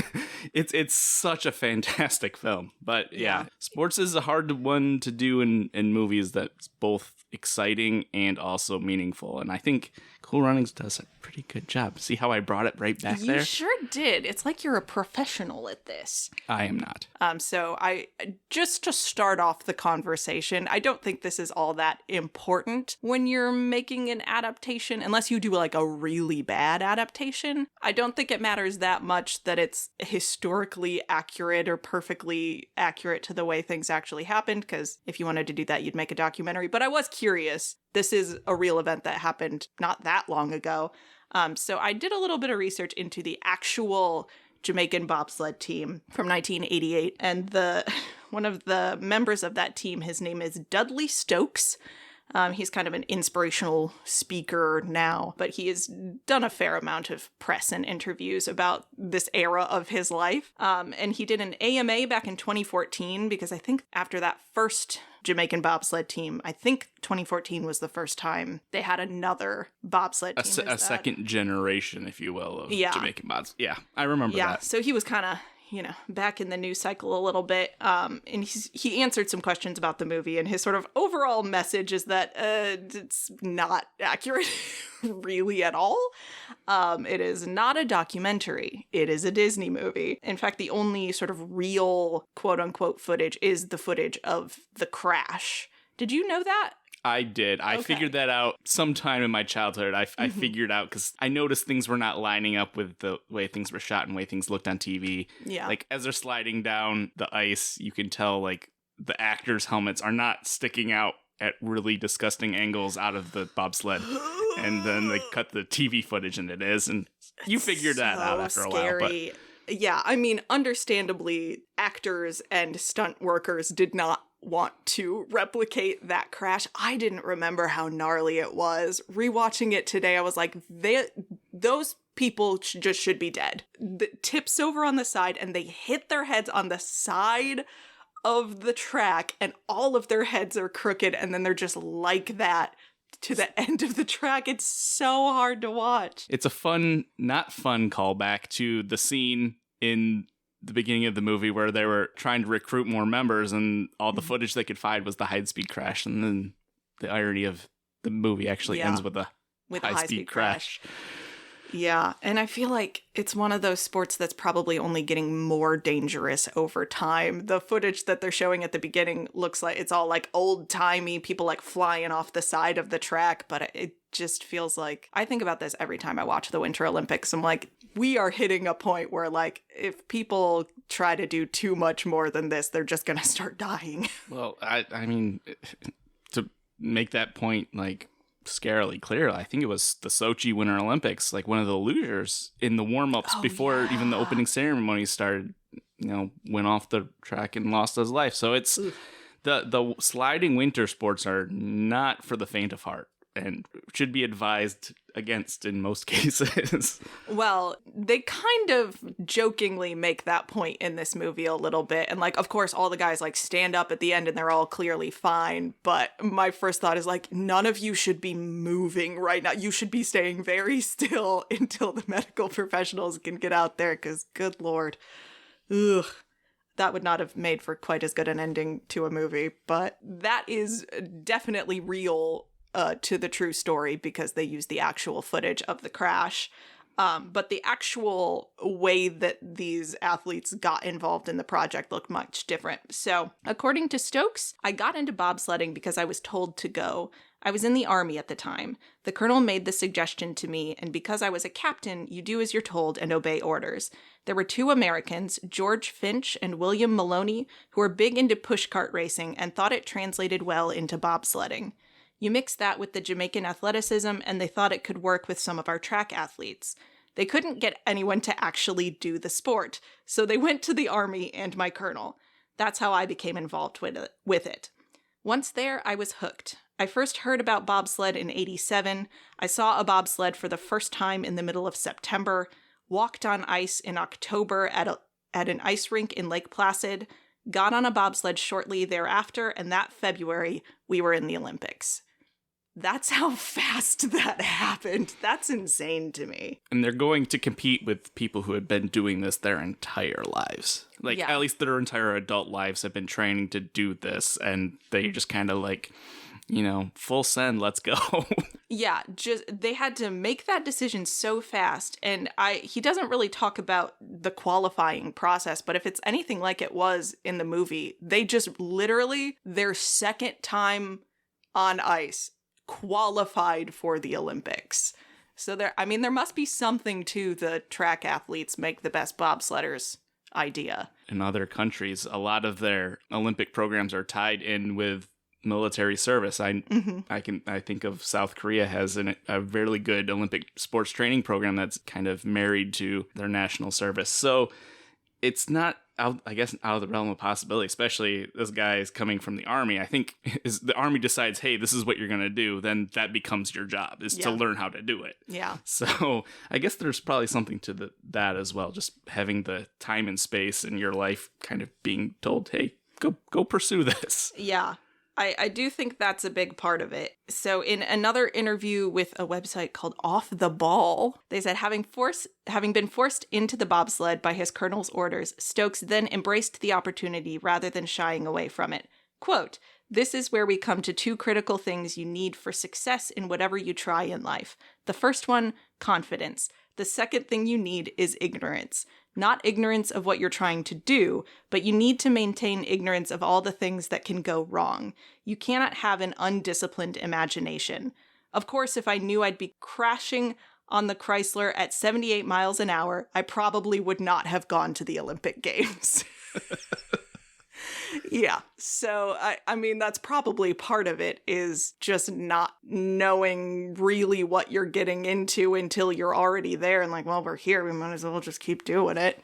But also, they crashed at 78 miles an hour on the ice. I think that prevailing thought like permeates a lot through a lot of sports. Like, if you really think about it, aren't you kind of doing just something kind of crazy? But yeah, nope, I'm so used to it and I'm in it that it makes sense to me, and I'm just going to focus on it and do it. And then sometime you might step back and be like, no, it's pretty insane that I did that. Yeah, I feel like we've seen that with some like football players in recent years who have been like, you know what, actually I'm like 35 and maybe I'm going to stop crashing my head into other people's heads for a living. I think maybe I'll go do something else. That and like ice hockey are the prime example of like guys, they're in it, they're all about it, and then they're out of it and they're like, yeah, it was kind of stupid, wasn't it? But once you get to that level, you've been doing it since you were a child for most people. So it's like, well, yeah, I've been doing it since I was 5 years old. It didn't occur to me until 10 minutes ago that maybe there's some downsides to this. I think about that with like the extreme sport. If that's just the culture you grow up in, trying to land tricks, then eventually you hit the point where the tricks are actually dangerous that you're attempting. Yeah. You don't see it because you're just trying to impress your buddies. And yeah, I agree. There's that level of ignorance that you have, just the willingness to push it back. To move forward is kind of vital. Yeah, I mean, you know, you got to learn how to do the things safely and knowing that crashing is the thing that could happen to you, but also just being like, well, we probably won't. That's the only way you get down a track, I imagine. Mm-hmm. You just can't think about it, which is why I don't do any of those sports, because that's all I think about all the time is how could I die doing this? Yeah, you've always had the healthy skepticism of safety. Sometimes an unhealthy skepticism about safety. Yes. Oh, God, I didn't get a driver's license until I was 20. It's fine. So some other things that he's noted in various interviews and so forth that were not entirely accurate. He noted that a lot of the adversity in terms of the way they were treated by other athletes was fabricated for the film. The East German team in particular was apparently like perfectly nice people. We're not very obviously starting shit with them in bars and stuff. And I don't think they had issues. The communists weren't actually bad guys? For once, one time, these communists weren't. No, it's fine. Yeah, you could tell it's a very specific era of our culture where it's not the Germans, it's the East Germans. Yeah, specifically. Yeah. Where were the West Germans? Not there. Yeah, which is funny because the West Germans have also been very good at bobsled. Yeah, that was a bit of Disney magic there. But, I mean, it's good for these real-life athletes that, at least in that specific scenario, they were not just receiving racist discrimination, and they were counting on people seeing the name East Germany and being like, bad. Yeah. I mean, there is the one good line, I didn't realize 4 black guys in a sled could make you blush, but it was like, you could have been a little bit more overt with that throughout if you wanted there to be a triumphant point about racism at the end, but... Mm-hmm. So let's talk about these boys. This is why the film was suggested, I believe, and I have stolen your framing, because as you sort of explained it to me, there is sort of a spectrum among these main characters in terms of sort of how they relate to their own masculinity. I forgot that there was so much talk in this movie about like being a real man, at least in a couple of the characters. That's like the words they actually use. Yeah. I kind of want to talk about them each individually and their journey, and the question that I have for you, especially thinking about this movie as something that you did watch when you were young. How do you think each of these characters change throughout the movie, and what lessons do you think that viewers, especially male viewers, are meant to sort of take away from each of these characters and their journeys? And we can kind of start with whichever character you want to start with. Whichever one might want to start first. Oh my gosh. Oh yeah, so we'll start with Sanka. It's funny. Sanka is an interesting character. He's a kind of the wacky comic relief of the film. Yes. But I think when it comes to being like quote unquote healthy, I think Sanka is actually like that most healthy portrayal of masculinity, and he still has to go on a growth arc too. He doesn't start as a perfect character or anything, but he starts kind of in the best place of all of them, where he's I feel he's very confident in who he is. Maybe to the little bit of point of some ego issues, which, you know, it's guys deal with that too. But if you're the best pushcart driver in all of Jamaica, you're gonna tell people about it. Yeah, even if you demonstrably don't win the one race that we see in the film. It's just he's a little self-centered, but he's himself in comparison to the other main characters. He's not dealing with who am I, how am I relating to other people. Like he knows who he is. Where he needs to grow is kind of be a little more humble, be a better teammate. We're very first introduced to him, he and his team, and it's all these kids who are helping him do this, and he's just sitting there yelling at them. Of children. And like the team fight song is literally ends with Sanka, Sanka, yay, Sanka. Well, and then of course Darius walks up and immediately is like making fun of him using the same song. So he even kind of starts out with a sense of humor about that part of himself. He has a certain awareness of how he comes across to other people. As we grow into the film, I think where he's starting from and where he is very important. Is in the scene where they had a really bad first run on the track, and Irv is, tearing him a new one, and then they just kind of sit in silence for a second, and then Darius is like starts talking about the Swiss. Yeah. And Sanka kind of steps up, takes the captain role in that moment from Darius a little bit, and it's just like, we don't need to be being something we're not.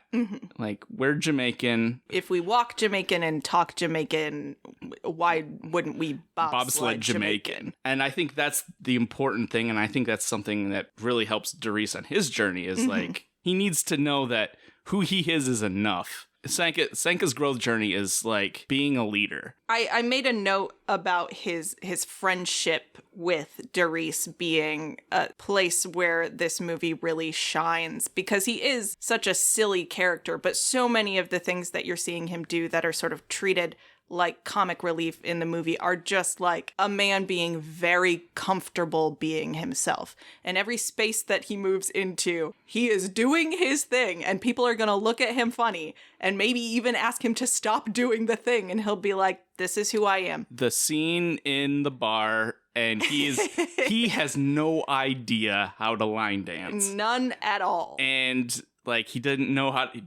to dress for the occasion, and he's out there, and the women around him are having a good old time anyway, because he's just like, because he's so open and just having fun with it. He's still, even though he's bumping into people on the dance floor, they don't mind it. It's fun. I wrote down the quote, "I didn't come up here to forget who I am or where I came from." That is his MO from the first moment he is on screen. I love Jamaica and Jamaica loves me. Yes, he screams that at the top of his lungs as he's riding a pushcart down a hill. It's that sense of like, it's just sledding. Like, that's what makes him such a good complement to Darius, where Darius gets so in his head about how do I become the best at this thing. I think Sanka has a sense of like, fundamentally, some of these people will never respect us because of the way we look, because of the place that we come from. So we might as well just have fun with it. Ultimately, that ends up being their strength. It makes them better at bobsledding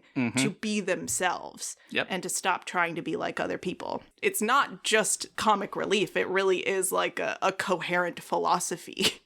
Yeah. So what sort of lessons do you think male viewers can take away from Sanka? I think it's the classic, be yourself. Do you feel that in terms of Sanka's growth, do you think there is more of an arc towards becoming, we talked about becoming part of a team, but becoming more serious about this activity that they are doing together. Yeah, and I think that kind of reflects itself in that end scene.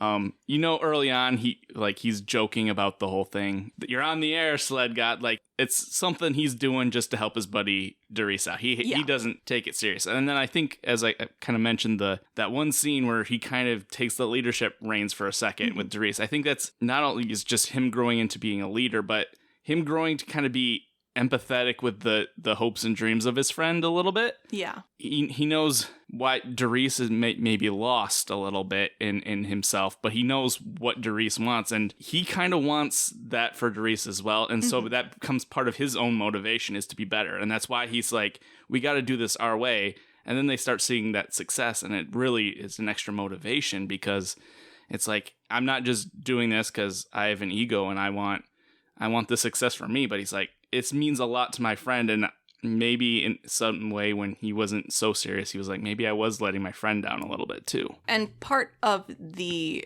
transition for him, I think, comes from that scene near the middle of the movie. And this can maybe kind of help us transition to our next character. His interaction with Yul Brynner, making fun of him for having this aspiration and not knowing that the aspiration is sort of impossible when he's talking about that picture of Buckingham Palace. And I love that scene. And it's the scene that I think about the most when I remember this movie, is how heartbreaking that moment is. And I kind of forgot until we rewatched it today how the scene resolves. It is interesting that Sanka goes into that scene thinking like, everything is ridiculous. Like, nothing is all that serious. Take it easy. Like, we're just all out here having a good time. And he says this thing, not really knowing that it's going to be as hurtful to Yul Brynner as it is. And I feel like that's maybe a kind of tipping point for his character into seeing, like, these people really do care about this. And maybe I can try to figure out why they care about it so much. And that's where that empathy kind of comes from. Yeah. And when you're talking about like a linchpin scene for a lot of, like,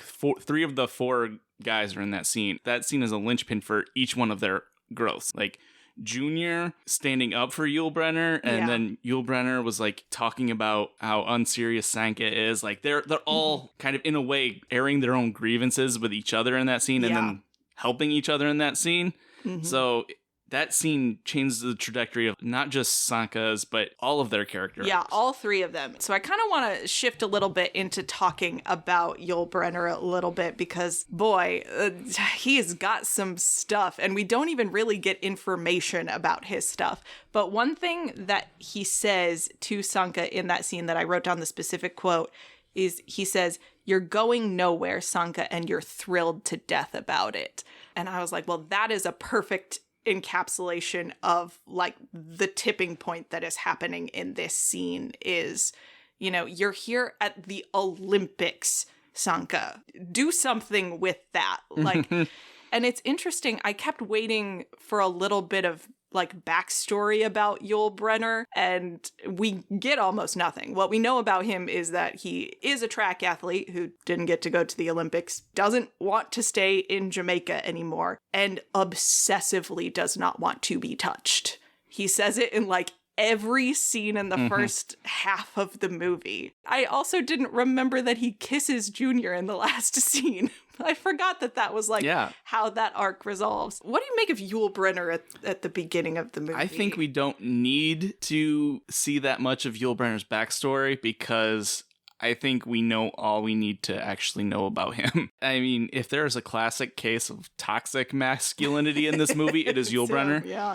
Like, he thinks he has to be the biggest and the strongest, and he can't show emotions or empathy to anybody else. It's all about him, and he has these lofty goals, and that's all he's chasing. He's just singular motivated about, very self-centered. We may be on the same team, but I'm no one's teammate. Yeah.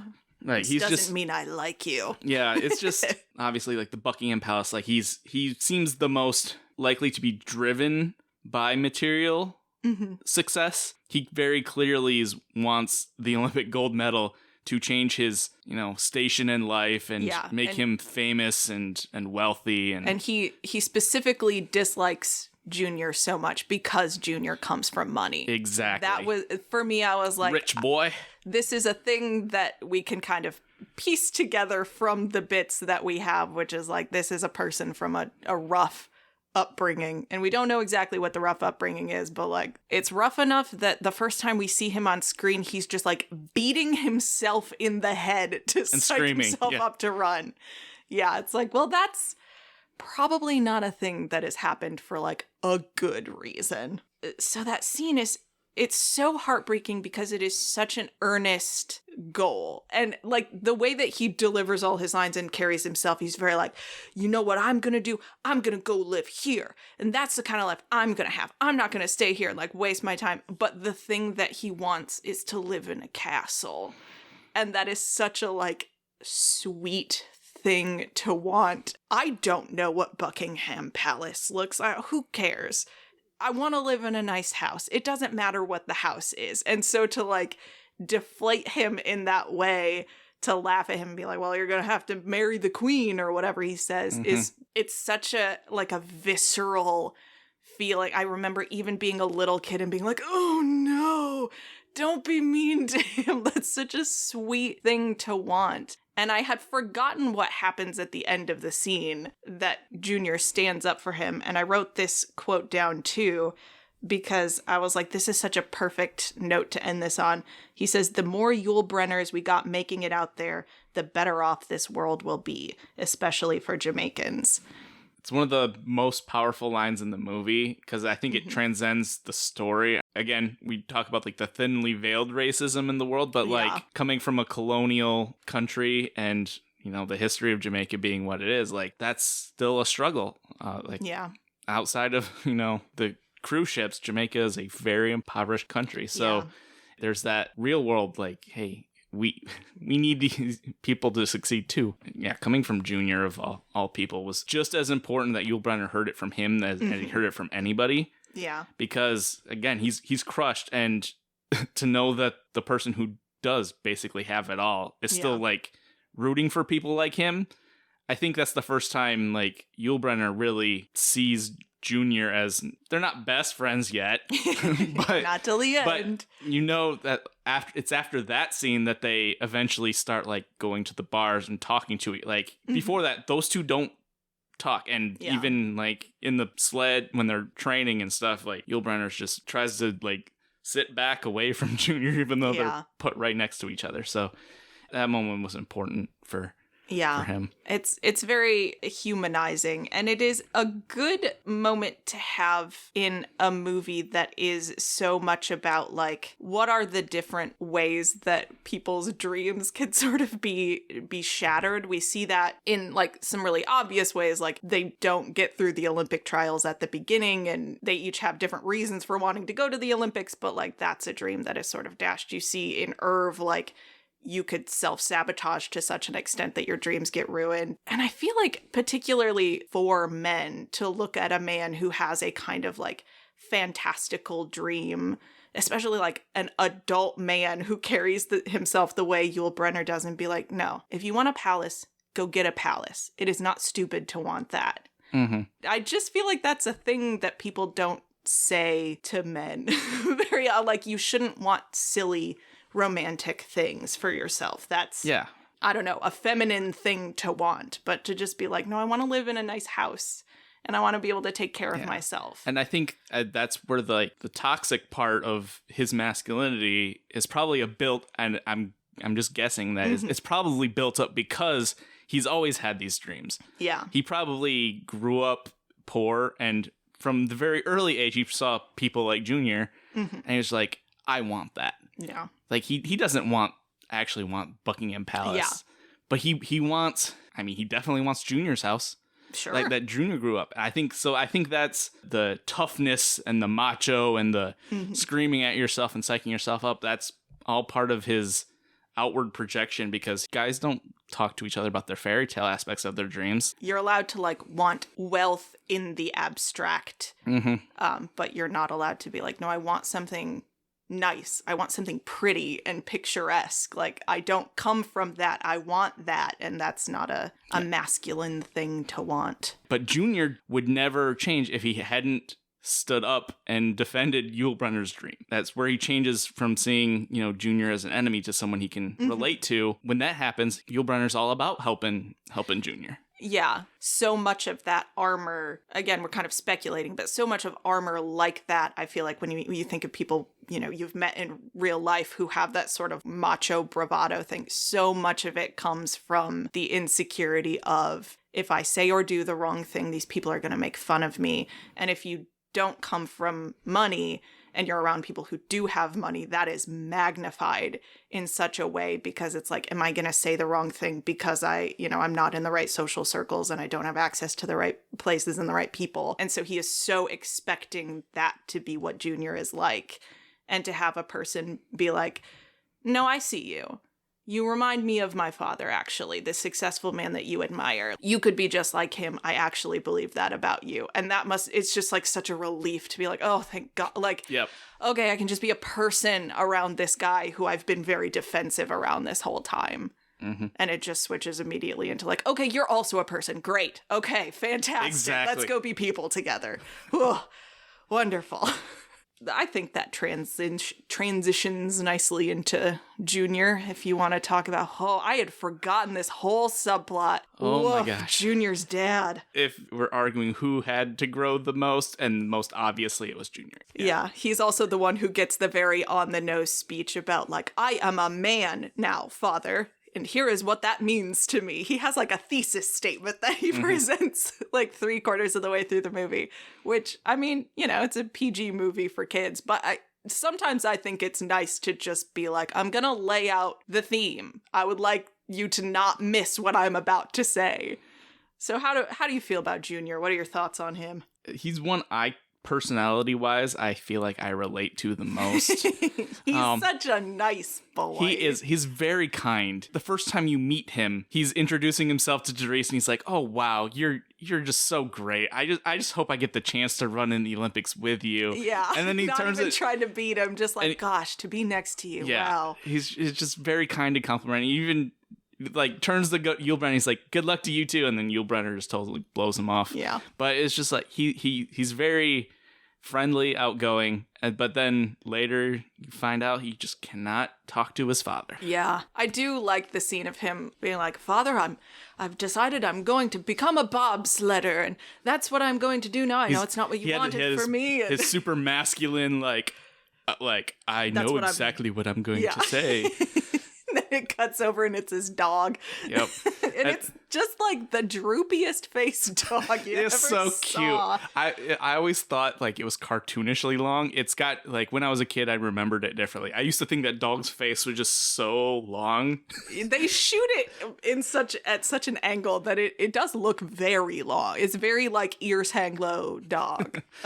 He's probably a nice boy though. I'm sure he is. Well, he listened to that speech and was like, I don't believe for a second you're going to do this, Junior, but you know what? Practice. It's good. And then Dad pulls up and it immediately goes away, and I can relate to that. Like I'm a classic, like in my head, I am the most sharp spoken, confident person, and then I go to open my mouth and I'm sorry. Yeah, no, I'll go to Miami, Dad. I'll go work at the brokerage firm. That's okay. Yep. And so it's very clear early on that Junior's dad is just kind of pushing him into the corporate life. Mm-hmm. Looking at the end of the movie and looking back, or near the end of the movie, you can kind of get the idea that like Junior's dad thinks he has to push his kid along because he had his own way of success. And so he thinks that Junior, in pursuing track and then eventually bobsledding, is veering him off the path of success. And when you're not on the path of success, you're not being a grown man. You're just being a child. Immediately after the dad leaves in that scene, Junior's like, we sure showed him. Or sure told him. Yeah. And Junior just couldn't say. Like, he felt it the entire conversation, but just didn't have the guts to stand up to his father. He has a dad issue. Yeah. I mean, it is so hard. It's not like he and his dad have like a disagreement about which of the paths is better. His dad is like, this thing you've been doing isn't real. Like, this is a dream, right? We're going back to this dream idea. Like, this is his dad saying, that's Buckingham Palace. You're never going to live there. Stop trying. It's stupid. There is a path that I have laid out for you. I mean, I think that is sort of a success mentality. Like, every rich person on earth writes those, like, how to get rich the way I did it. When it's like, that's you. I can't do things the exact same way you did. And so his dad is like, in this mindset of like, there's a certain type of business that you need to do. There's a certain type of job you need to have. And there is a lot of the language of embarrassment in this movie.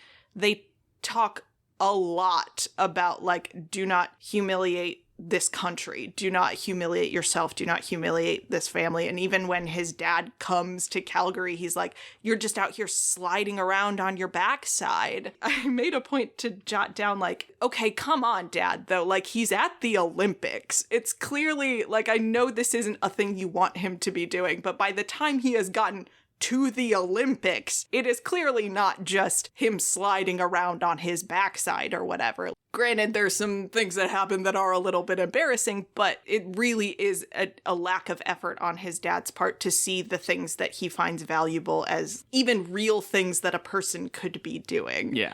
And so, like, how do you defend yourself against a person who has that strong a sense of like, no, I know what you're supposed to be doing and you're not doing it, and therefore what you're doing is bad, and I will have no conversation with you about that. I feel for him. I mean, that is a hard conversation to have.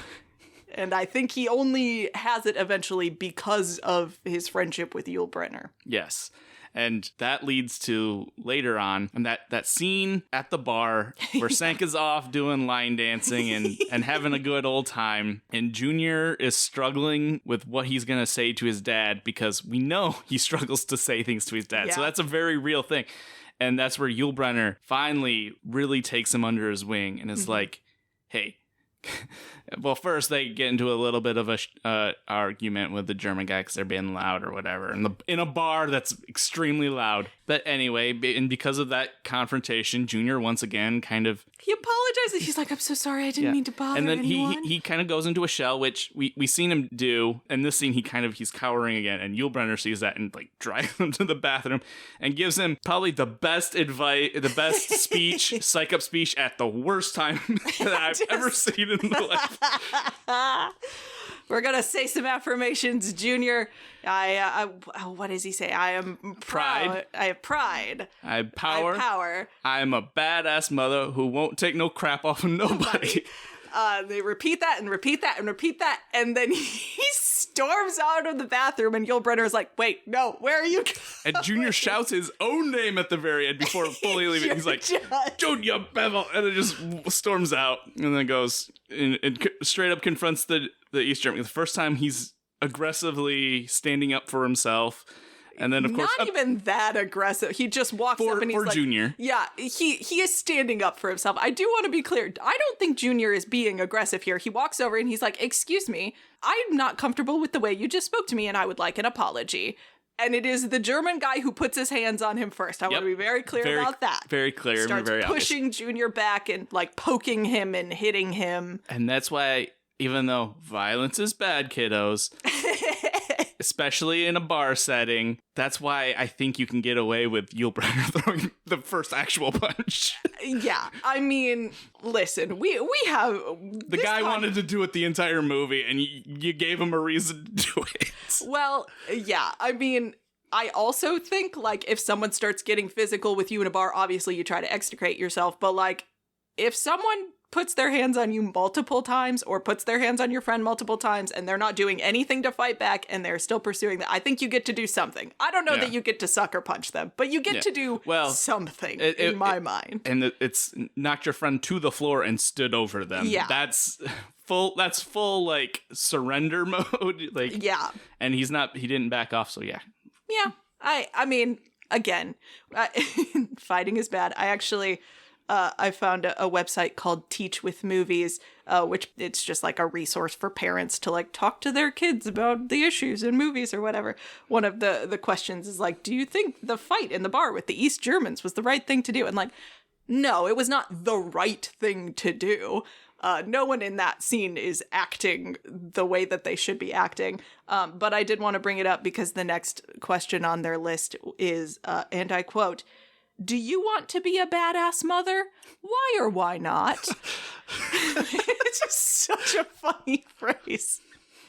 What do you think, Jeffrey? Do you want to be a badass mother? Well, young me would have an entirely different interpretation. The older me who learned how to swear, I'm like, yeah, I don't mind being a badass mother, but oh yeah, young me did not know what that means. I was like, why are they calling themselves mothers? That doesn't make any sense. Yeah, it's funny that you can say badass in a Disney film, but you couldn't say the end part there. Yeah, you couldn't say a motherfucker.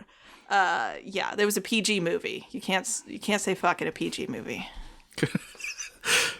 You can sniff a woman's hair and then fantasizing about sexually murdering her in a G-rated movie, though, so they got that going for them. It's interesting what this movie does with the concept of being a badass, too, because, like, in the bar scene, they're obviously like, you gotta puff up your chest, you gotta stand up for yourself, you know, you gotta speak your mind, and, like, that's what it means to be badass.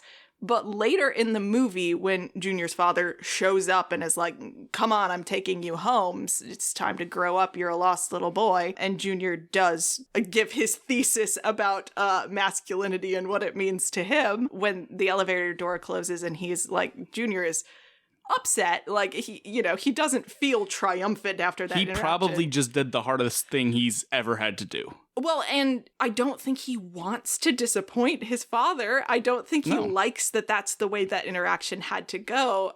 But he turns around and Yul Brynner's standing there and he says, badass. Sometimes calmly speaking to your father, saying, I'm an adult and I'm making my own choices and this is where I want to be and I'm not going to leave, is badass. You don't need to be getting into physical fights to be a badass. So you can be a badass mother by talking to your mother and father. I mean, I love that scene because it starts, the elevator door's about to close. His dad's like, I'll meet you in the lobby. And he stops the door and he's like, pride, power. He says, and then the thing he asks his dad is, what do you see when you look at me? What do you see? And like, part of me is like, I think his dad sees a lost little boy because he feels like because Junior's not following his path that he's doing something wrong. And so he has this like paternal instinct to just like, no, I need to like grab you and bring you onto the right path so you can be a success. I always thought it was kind of malicious, but actually growing up, I think the dad's being thoughtful. It's just he's not considering his own son's feelings. Yeah. In that first scene when we see the dad, he pulls into the driveway and he's like, oh, I have such great news. I managed to get you this job and I'm so excited for you and I'm going to go tell your mother. And like, none of that seemed to me him being like, well, you're such a, lazy piece of garbage and you're not applying yourself. So I went and did you this big favor. He's like excited for the idea that, his son is going to have an opportunity. I made a comment as we were watching that at the very end when, immediately after this interaction in the hotel, his dad shows up to the race. It's not a race, the competition, and is like wearing the promotional Jamaica shirt. And I was like, well, that was a fast transition. But I think through that lens, you might be right. He and Junior just got into this pattern where he issued decrees and Junior acted on them. And that was their dynamic. And maybe as he got older, that started to be a little worrisome to him. And when Junior finally tells him off, it's almost freeing for the father as much as it is for Junior. Yeah. Like breaking that cycle of this is how I do this and then Junior does it. In the dad's mind, he's a man now. Yeah, he's made a choice for himself. And I will honor that. So as much as it is like a quick like heel turn and change of focus, it is like maybe it was something the dad kind of needed to hear the entire time, and it freed him in a way too. So. Yeah, I mean, I can't imagine that it is fun to have that much sort of anxiety as a parent about like, there's only one thing I can think of for him to do and he's not doing it. I mean, it's not the kid's job to fix that feeling for the parent, but I can't imagine that's all that fun. Well, probably not that fun to watch your kid flip over a bobsled either. Yeah. That would also not be great. Day 2 of the competition was probably a blast. Great day. Day 3, not so much. Okay, so speaking of people who sort of embarrass themselves, I want to maybe jump away because I feel like Doris is the big one. So I want to talk a little bit about Irv. I kind of love this character. I mean, I love John Candy. I'll watch John Candy do anything. Yeah, but this is the first of the many John Candy movies that I've watched in my life, and it is still my favorite performance. Yeah.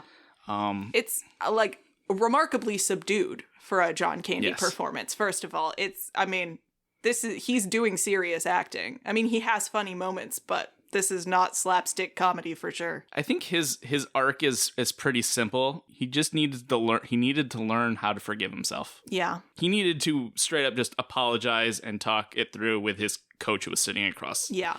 Like that's what he really needed. And then when he did that, it was like he's open and can be Irv again.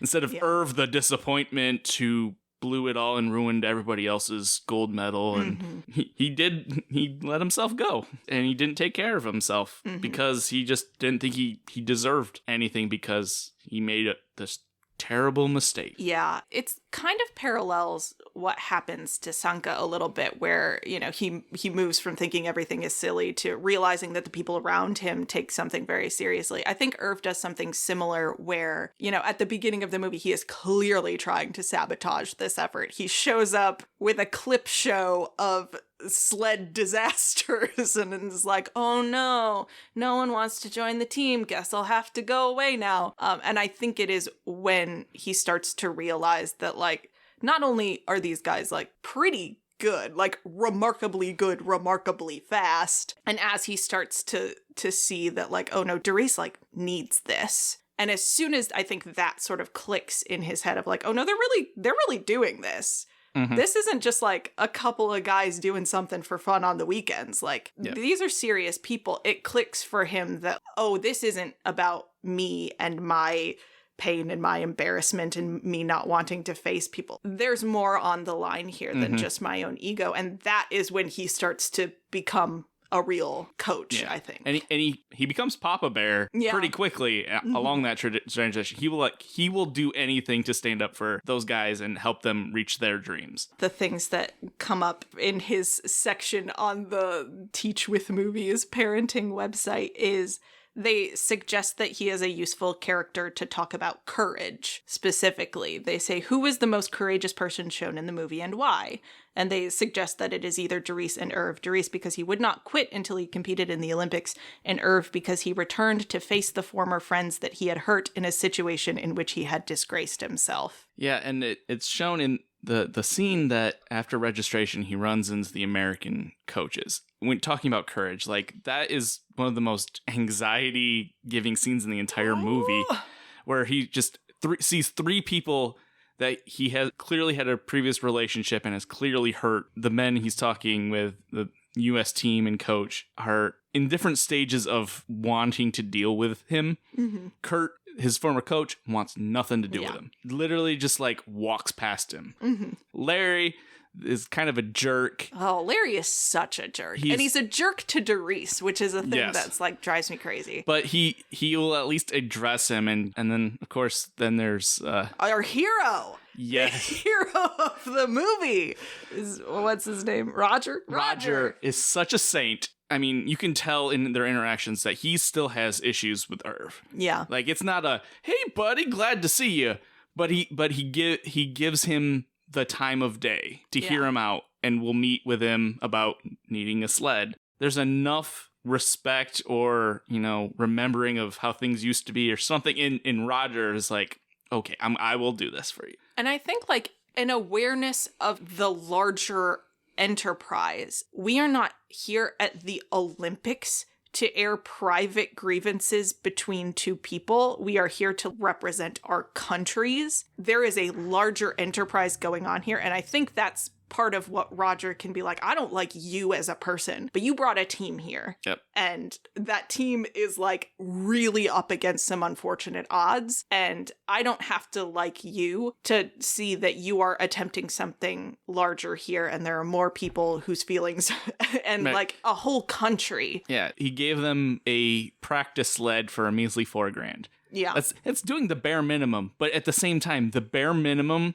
is huge in the grand scheme of the story. Yeah. Because without the bare minimum... Yeah, without the sled, is really hard to do bobsledding without a sled. Right. Then you really are just sliding around on your backside. Like Roger does the bare minimum, and he is the, mystical saint figure that just helps the plot. Yeah. Well, and it is seeing past a person's reputation. And even in that scene when they're having lunch together, he's like, Irv is like, you remember that I put in a good word for you when you really wanted to get on a team back in the day or whatever. And that being something that Roger recognizes in Irv as like still a part of this person. Like, you're a complicated person and you did one glaring horrible thing that cost presumably Roger and the other people on the team their gold medals. But I think he probably also knows enough about the mentality of extremely high level sports to kind of already be at the place, that Irv is talking to Doris about at the end, where he's saying, like, I just got obsessed with winning. And I think people who knew Irv back in the day probably were like, yeah, he got obsessed with winning. He made some bad choices as a result of that. And now in retrospect, we all see maybe that's a system that's not so good. Maybe that's not a type of pressure we should put on ourselves and other people. Like, maybe that's not the goal of this activity, and losing a gold medal is maybe not so bad in the grand scheme of things compared to what happened to Irv, which is like his whole world fell down around him. And because he won a gold medal. Because he won a gold medal and then he wanted another. Yep. And that just blinded him and set him on a dark path. And now he knows he kind of has no one to blame but himself. He didn't show up at this game and be like, well, you did bad things too, Roger. It's just sort of like, I made a bad choice. I understand that. This is a new group of people, and they deserve the chance to, like, make a choice. You've got a sled. I know you do. Just let me have a sled. Like I said at the start, like, his journey is simple. Like, he already knows that he was wrong. Yeah. The journey is him going and asking for forgiveness and seeking that, and then being able to forgive himself. Like, it's a really simple, so, like, but it's so every time effective. I see it, though, I'm just sort of like, God. And it really is the force of, like, a very earnest person showing up in his life and being like, you're what I've got. I need you because there's no one else here, and I want this opportunity. And that's sort of Doris's superpower, believing that people can be great, up to and including himself. I mean, that first image we get of Irv is just sitting in a bar listening to horse races and getting so angry that he beats a radio to death with a pool cue. Like, that's not a happy person. He is all by himself. The entire section is pretty much devoid of people at this point because they probably know, and he probably forces those people away. The super fun training montage, which, every sports movie has to have the we're all working out and getting better montage. But, like, as much as it's, they're getting better at the sport, it's also Irv is starting to warm up to these guys and starting to view them not just as, like, the guys I'm coaching, but as, like, kind of as his family almost. Because it's very clear when we first meet him that he's alone in Jamaica. He's nobody. So now he has like this little community. So now he starts playing and making snowballs. And of course, as he's going on his little growth journey, his family, quote unquote, is growing. So that kind of gives him the confidence at the end, and he storms into the meeting. He's super confident, and that's what he has to do. Like, there's no scene of, do I go do this or not? Like, no. He's like, I'm doing this for my family. Yeah. So if I need to stand up here and be a man and apologize in front of this room of suits, I'm gonna go do that. And if I need to get punished to do that, for them to feel better, and it lets my guys in, I'm going to do it because those guys are my family, and I'm going to do whatever I can. Part of his forgiveness is he found a community again. And I think that's part of a forgiveness process, too.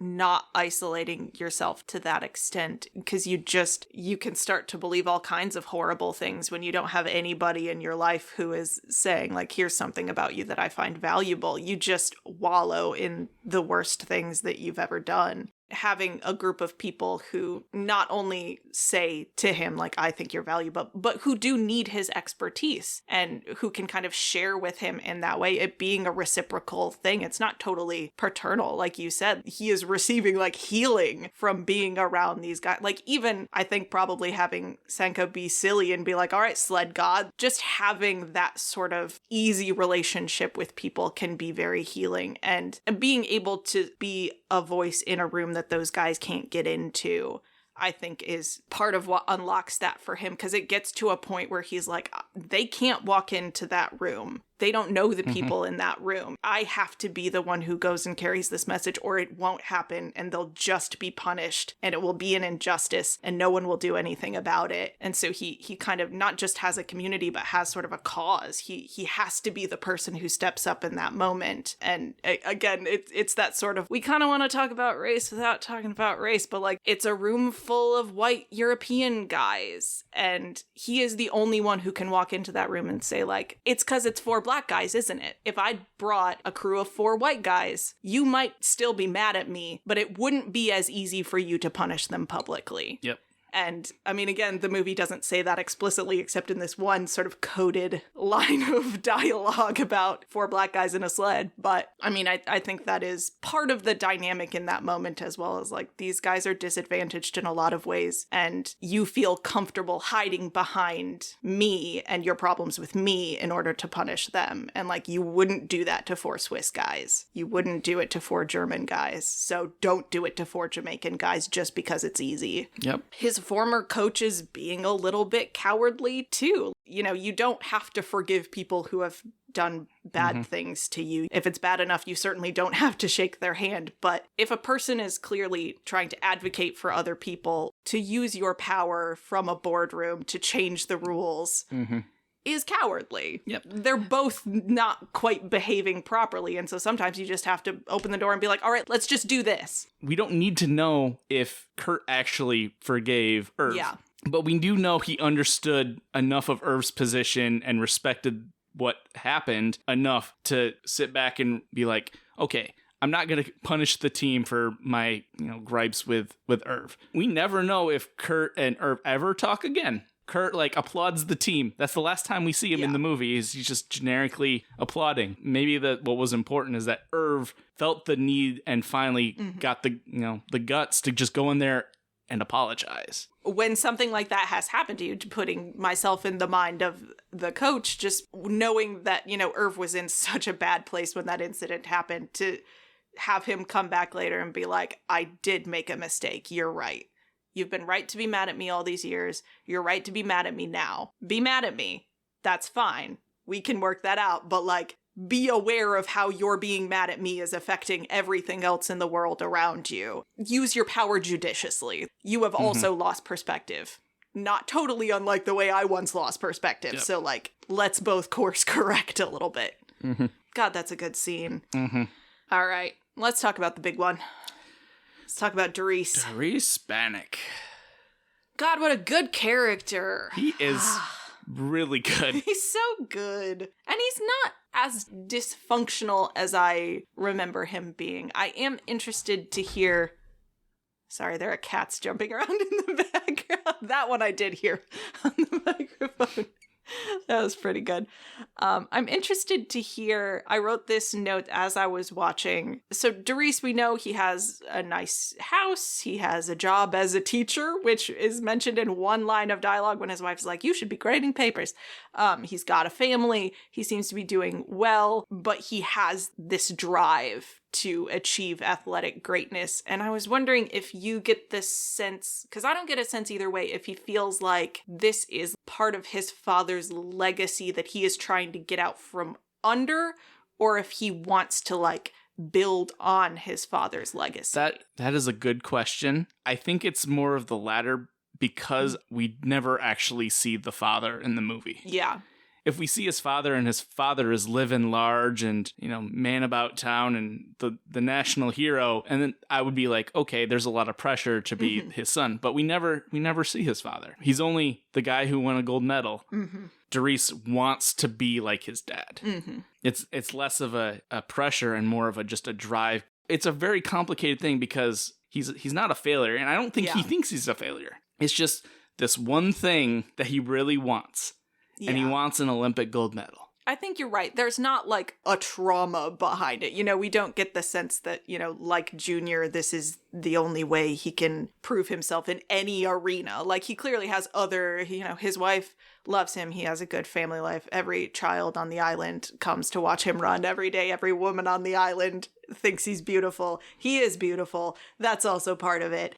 But he, when he is about to go to the Olympic trials at the beginning and he's talking to his wife and he's like, it doesn't matter how fast they run, I'll run faster. I don't care how much they want it. I want it more. I kind of get this sense that he knows that he is capable of it. And if you're capable of it, you should do it. This is just part of who I am. Who I am is a runner in the tradition of my father who won a gold medal. The very last thing in that conversation with his wife, the thing he yells is, it's my turn. Yeah. This is something I've wanted, and it's my turn for it. I can do it. Yeah. I'm run ready. Really fast. I can do this. It's my turn. You're led to believe in his character that if he were to have qualified for the Olympics, he would have been one of the favorites to win the gold medal. Like, sure.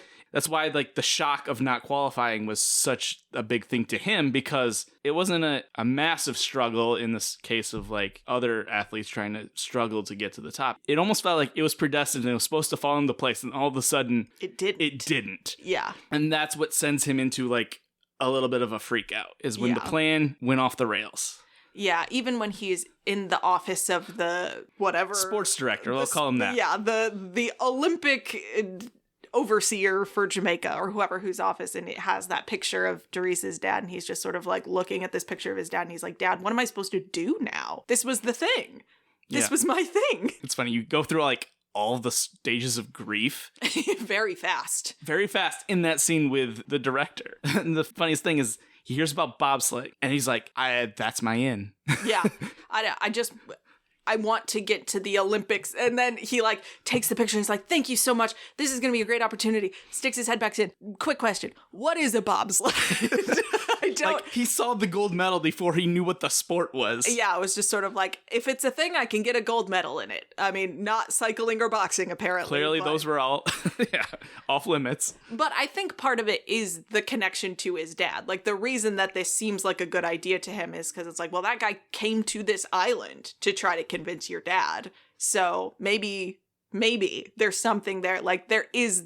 His father is always the connective tissue for him. There's no magical talking picture with the father's voice from the beyond. Doris is always on the journey by himself. Mm-hmm. Maybe there's part of this where he just kind of maybe misses his dad a little bit if his dad's dead.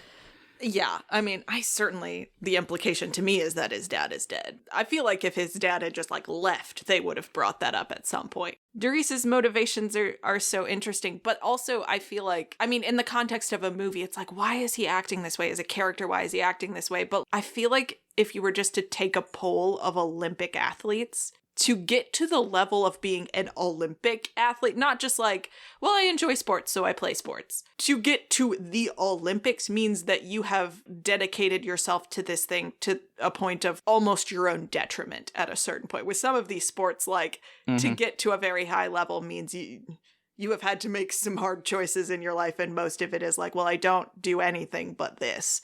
And so just being well, no, I just wanted to be really good at it is probably a perfectly adequate answer for an Olympian. Just being well, I just wanted it. I don't know. I just wanted it. And so I did it. And it's all that I do. And now I'm here. And that's been my whole life story. You're completely caught up to this point. So I think realistically, it's not that strange to be well, his dad was an athlete. He's an athlete. He wanted to go to the Olympics. Okay. It's only that it is in a movie that we're kind of sitting here what's his motivation? But we already see other types of sort of fraught relationships, particularly through Junior. So we didn't need another daddy issues. Fraught dad. Yeah. It can just be yeah. If you had the same talent as your parent and your parent was an Olympian, you would have every reason to expect that you would be too. Now that I talk it out and think about it, that the presence of the dad isn't so much as the issue, is almost a red herring. As I mentioned before, I think just being knocked off of his path is Doris's big inciting incident. Yeah. It was not that I need to get a gold medal for dad. It's I was basically favored to get one. Yeah. And now I'm not going to get one, but I really still want it. So I'm going to find another way to get one. Yeah. Well, and I think that's like why the conversation that he has with Irv towards the end, he doesn't ask him, why did you come to my father all those years ago? Or like, can you tell me some memory you have of my father? Like, do you think he would be proud of it? None of that. We get none of that from Doris towards the end. He wants to know why Irv cheated. Why did you cheat? In Doris's mind, he is so obsessed with, I mean, especially once they get there and he starts seeing all these other competitors, he really does get locked in to a thing that I think is probably also pretty true to a lot of high-level athletes, which is like, there is a way to do this that will be technically perfect. And if I can just figure out what it is, and we just have to shave off, like, it's so many of these sports, it's a matter of like a tenth of a second or whatever. And like, that truly is the path that leads you to putting weights in the front of your sled, or, you know, taking some kind of substance that'll get you just that much better. Because once you're at a certain level, it is just the smallest matter of degrees. And I think he is like aware of himself enough to know that he can kind of swim into that headspace, and he needed a person to look at him and be like, because I was where you are right now. Mm-hmm. And you want this thing so badly, and it's just an object. A gold medal is a wonderful thing, but if you're not enough without it, you won't be enough with it. Yeah. If we are to believe that Doris's arc is the most important, given that he's set up to be the main protagonist, then that is probably the most important line in the entire movie. And taking things home to teach the boys, then I think that is probably the biggest theme of the movie. Is there's so many other great things along the way that Doris gains, and all these other men are gaining along this journey, that in the end, they do not win the gold medal. They don't win a medal. No. But they're still, at the end, they're happy. Yeah. And they feel like they've accomplished things, and they've all grown. The gold medal, who cares? No, they don't even tell you who actually won the gold medal. Nope. So, like, they learned that they are enough without it, because at the end, they're all happy where they are and what they've accomplished, and they feel loved by, now embraced by the ultimate bobsledding community. Then gold medal's not important. Doris realizes that as he's carrying the sled, you can see his face change. He's like struggling, and then all of a sudden he starts smiling. And like, in that moment, he knows that he's enough without it. Yeah, that our dad sent me a message after he listened to the Karate Kid episode, and I don't think we actually touched on this that much. We were kind of talking about other things with the Karate Kid, but he was like, I think the reason that Daniel wants to go back and fight at, you know, after he's hurt in that last round, I don't know if you've actually seen the Karate Kid or not. I have. Yeah, what, you know, we talked a lot about how he's like wanting to stand up to this bully, but Dad was basically like, I think Daniel LaRusso wants to fight that last fight for the same reason that Doris needs to carry the sled, because it is that moment of, you know, it's the other part of what Irv says. It's the only way you'll know if you're enough is if you cross the finish line. Mm-hmm. How do you feel in that moment? Not what do they give you? Do you get a trophy? Do you get a medal? Who cares? How do you feel in that moment? And I think that's why Doris's face is changing, is because he's saying, like, this could be a catastrophic moment in my life. This could be the worst thing that has ever happened to me right here. And I am looking around and I'm taking stock of myself. I've got my friends here. We're all fine. I think I have succeeded. I don't feel like a failure right now. I could. Mm-hmm. A different person would. Maybe me a week ago would have. But he also kind of has that sense of, like, I have done something larger here. It really isn't about, like, the hardware. It's about the feeling and proving something to yourself. Not drawing too many, like, galaxy braining it. But you know, when the final shot of the movie is in the sports director's office, they have all the pictures of the Olympians, and where the picture gets placed is above his father. I wrote that down too. Yep.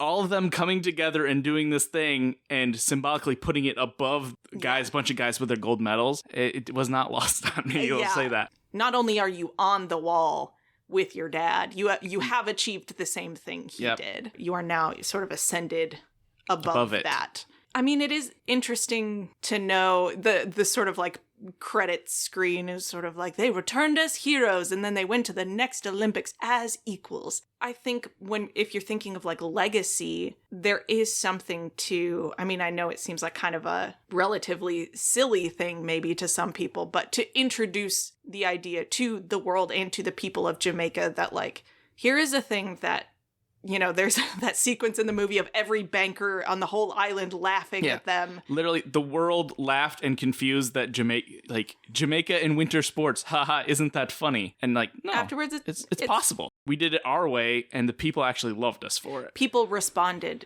well to it. And it's seen as what an opportunity for the whole rest of the world. Not only is this, you know, it's opened doors for these 4-5 people, it's opened doors for the people of Jamaica. And now everyone else in the world has gotten to see something that they might never have gotten to see if these 4 people hadn't decided, let's do something crazy and brave and say, if people want to laugh at us, it's fine. But now this is a possibility that didn't exist before and wouldn't have existed until somebody was brave enough to do it. That is like a story of the Olympics every time I watch, I feel like. I think of like all the little girls who are going to get into rugby now, or, you know, whatever the thing is. Like, if you see someone do something that looked impossible, suddenly it's not anymore. I think what the Olympics are the best of humanity for is stuff like that. Seeing people across the world seeing the thing that they couldn't think could be done by people they didn't think could do it. I don't know. It's just like, it's such a cool human thing. And don't you want an underdog story a little bit? Isn't it more exciting to see someone you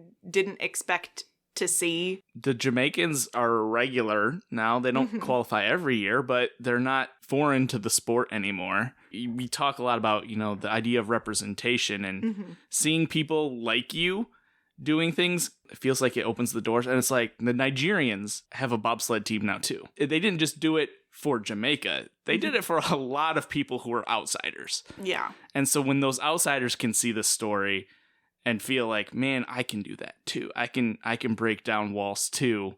It's just better for humanity in general. Yeah. One more quote from our friend Dudley Stokes, because this movie is ultimately a movie about a failure, really. I mean, about like, how do you think of failure and how do you think of success? And as we talked about earlier, the truest part of this story is that crash really did happen. And so he talks a little bit about this in the Off the Ball interview. So I'm going to read one more quote for you. He says, "That crash is in the movie as live footage because they couldn't convince any of the stunt drivers to reproduce it. It had crashed before, but this was by far the worst crash up to that point in my career. I hit my head on 7 separate occasions. That included very hard when we first went over. After I realized I wasn't going to be able to get out on the ice, I just decided I had to relax and just go with this. There was no way to resist these forces. As I relaxed, I just became very calm and saw the folly of what we were doing and what needed to be done. This is literally where my mind was for most of those 28 seconds. These things happen in life, but they generally tend to come neutral. In other words, they're not good or bad. This is a gift that people have. We have the space with our reaction to change the meaning of an event. The crash was a disaster, but then we kept going. We built a team, and we went from being comedians to being competitors. That is the real meaning of the crash. It gave us a resolve, and there wouldn't have been Cool Runnings without that crash." It's so interesting. We didn't really talk about it much, but the fact that the phrase Cool Runnings means peace be the journey. It's interesting when it's like, you're in a competitive sports scenario where you need to go really fast, and that's all you need to do. That the sort of mantra is peace be the journey. And I'm glad that he had that reaction to that, you know, what could have been a pretty traumatic thing that happened to him. But I think that's part of Doris's arc as well, is, you know, let go of the outcome and focus on the journey. And that is part of what I think is what he is thinking of as he's crossing the finish line too, is like, it's not about this moment right here even necessarily. It's about this wild journey, and now we have something we can build on next. Instead of being devastated now, I can say, what a wild journey. Okay, what's next? And that is how you go from being, a sort of embarrassing one-off to a regular fixture somewhere is you have to be able to pick yourself up and say, all right. We'll go again. We'll go again. Well, any other thoughts about any of these boys before we wrap up? I just love this movie. Yeah. There's good messaging outside of the sports. Yeah. It's not so much a sports movie. It's a great movie that has sports in it. Fundamentally, this is just a story about men who care about each other and stand up for each other, and they all grow with each other. Yeah. It's not just like one guy's growing and the three sidekicks are just along for the ride. Yeah. Like they all have to grow, and nothing at the end happens if they don't all grow. For me, it hits better than some of the sort of bigger team sports movie, just because it is like, this is for people. And, obviously there are plenty of good sports movies that are about either individuals or, whole big teams. But there is something about this small number of people, all of whom have sort of discrete relationships with each other, and all of whom you can see the impact that each of them has had on each of the others.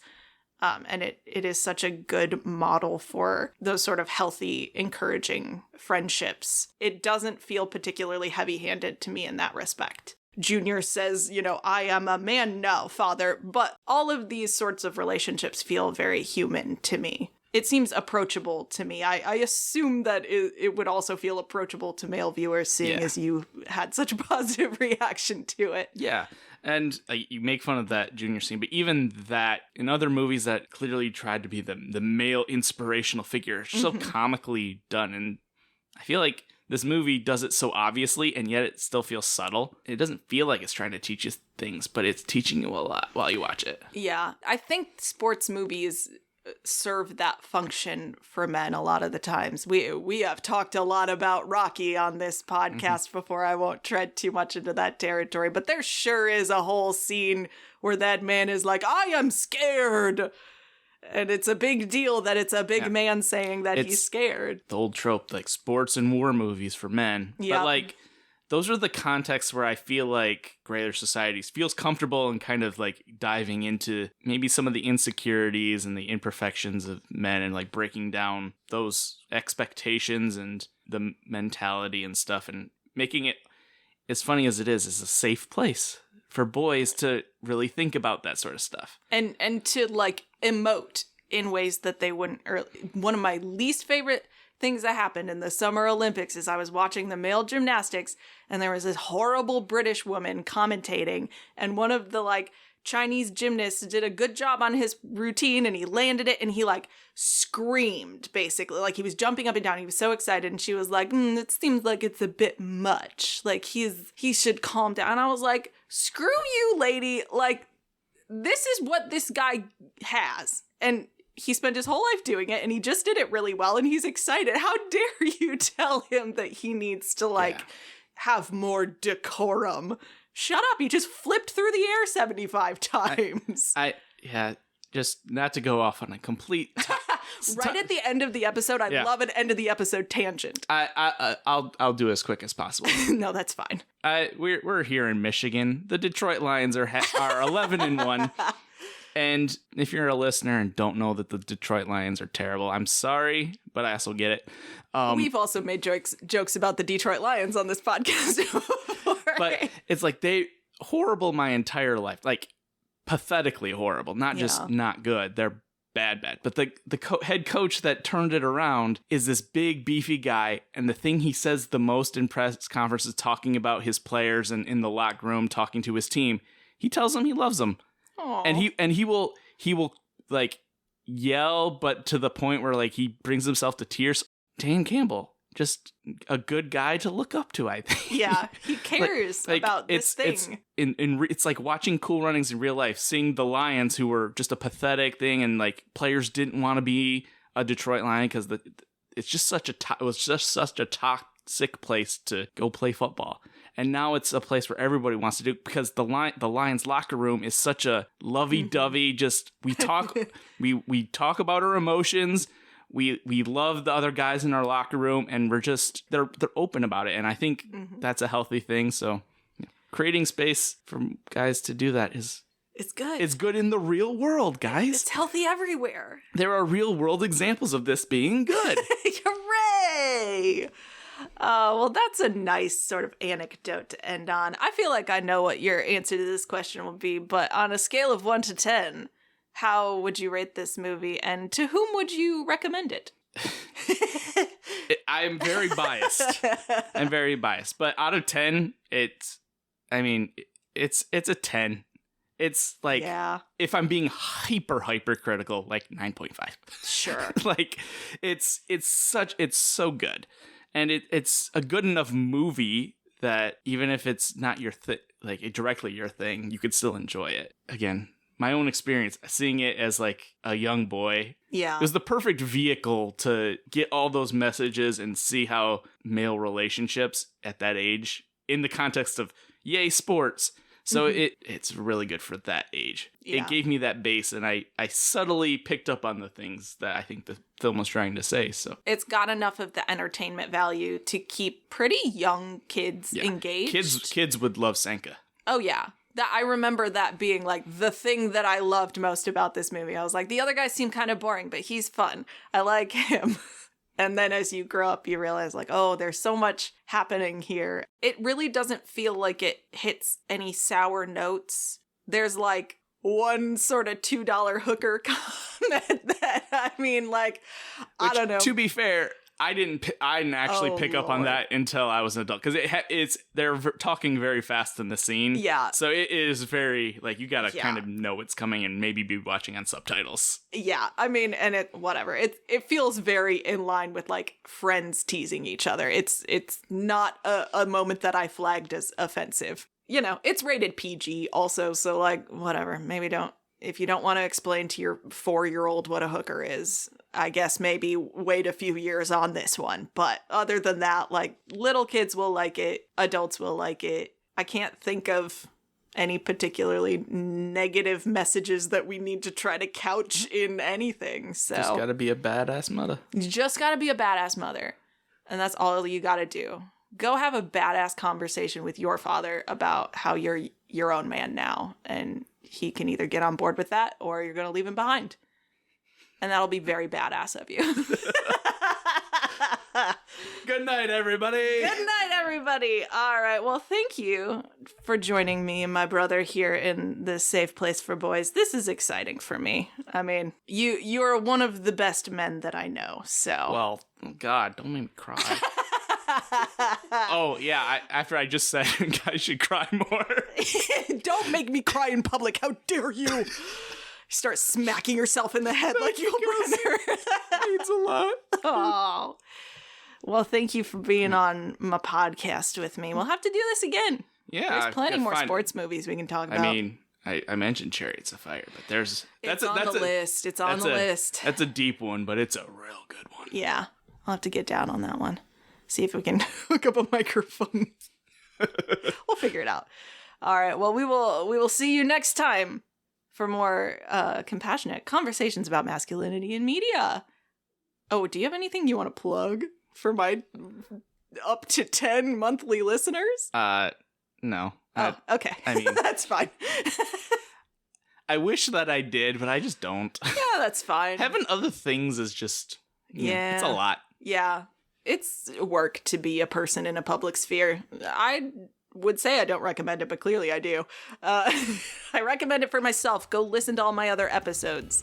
And to my future ones that I'll make about masculinity in media. I will see you for those next time. Bye!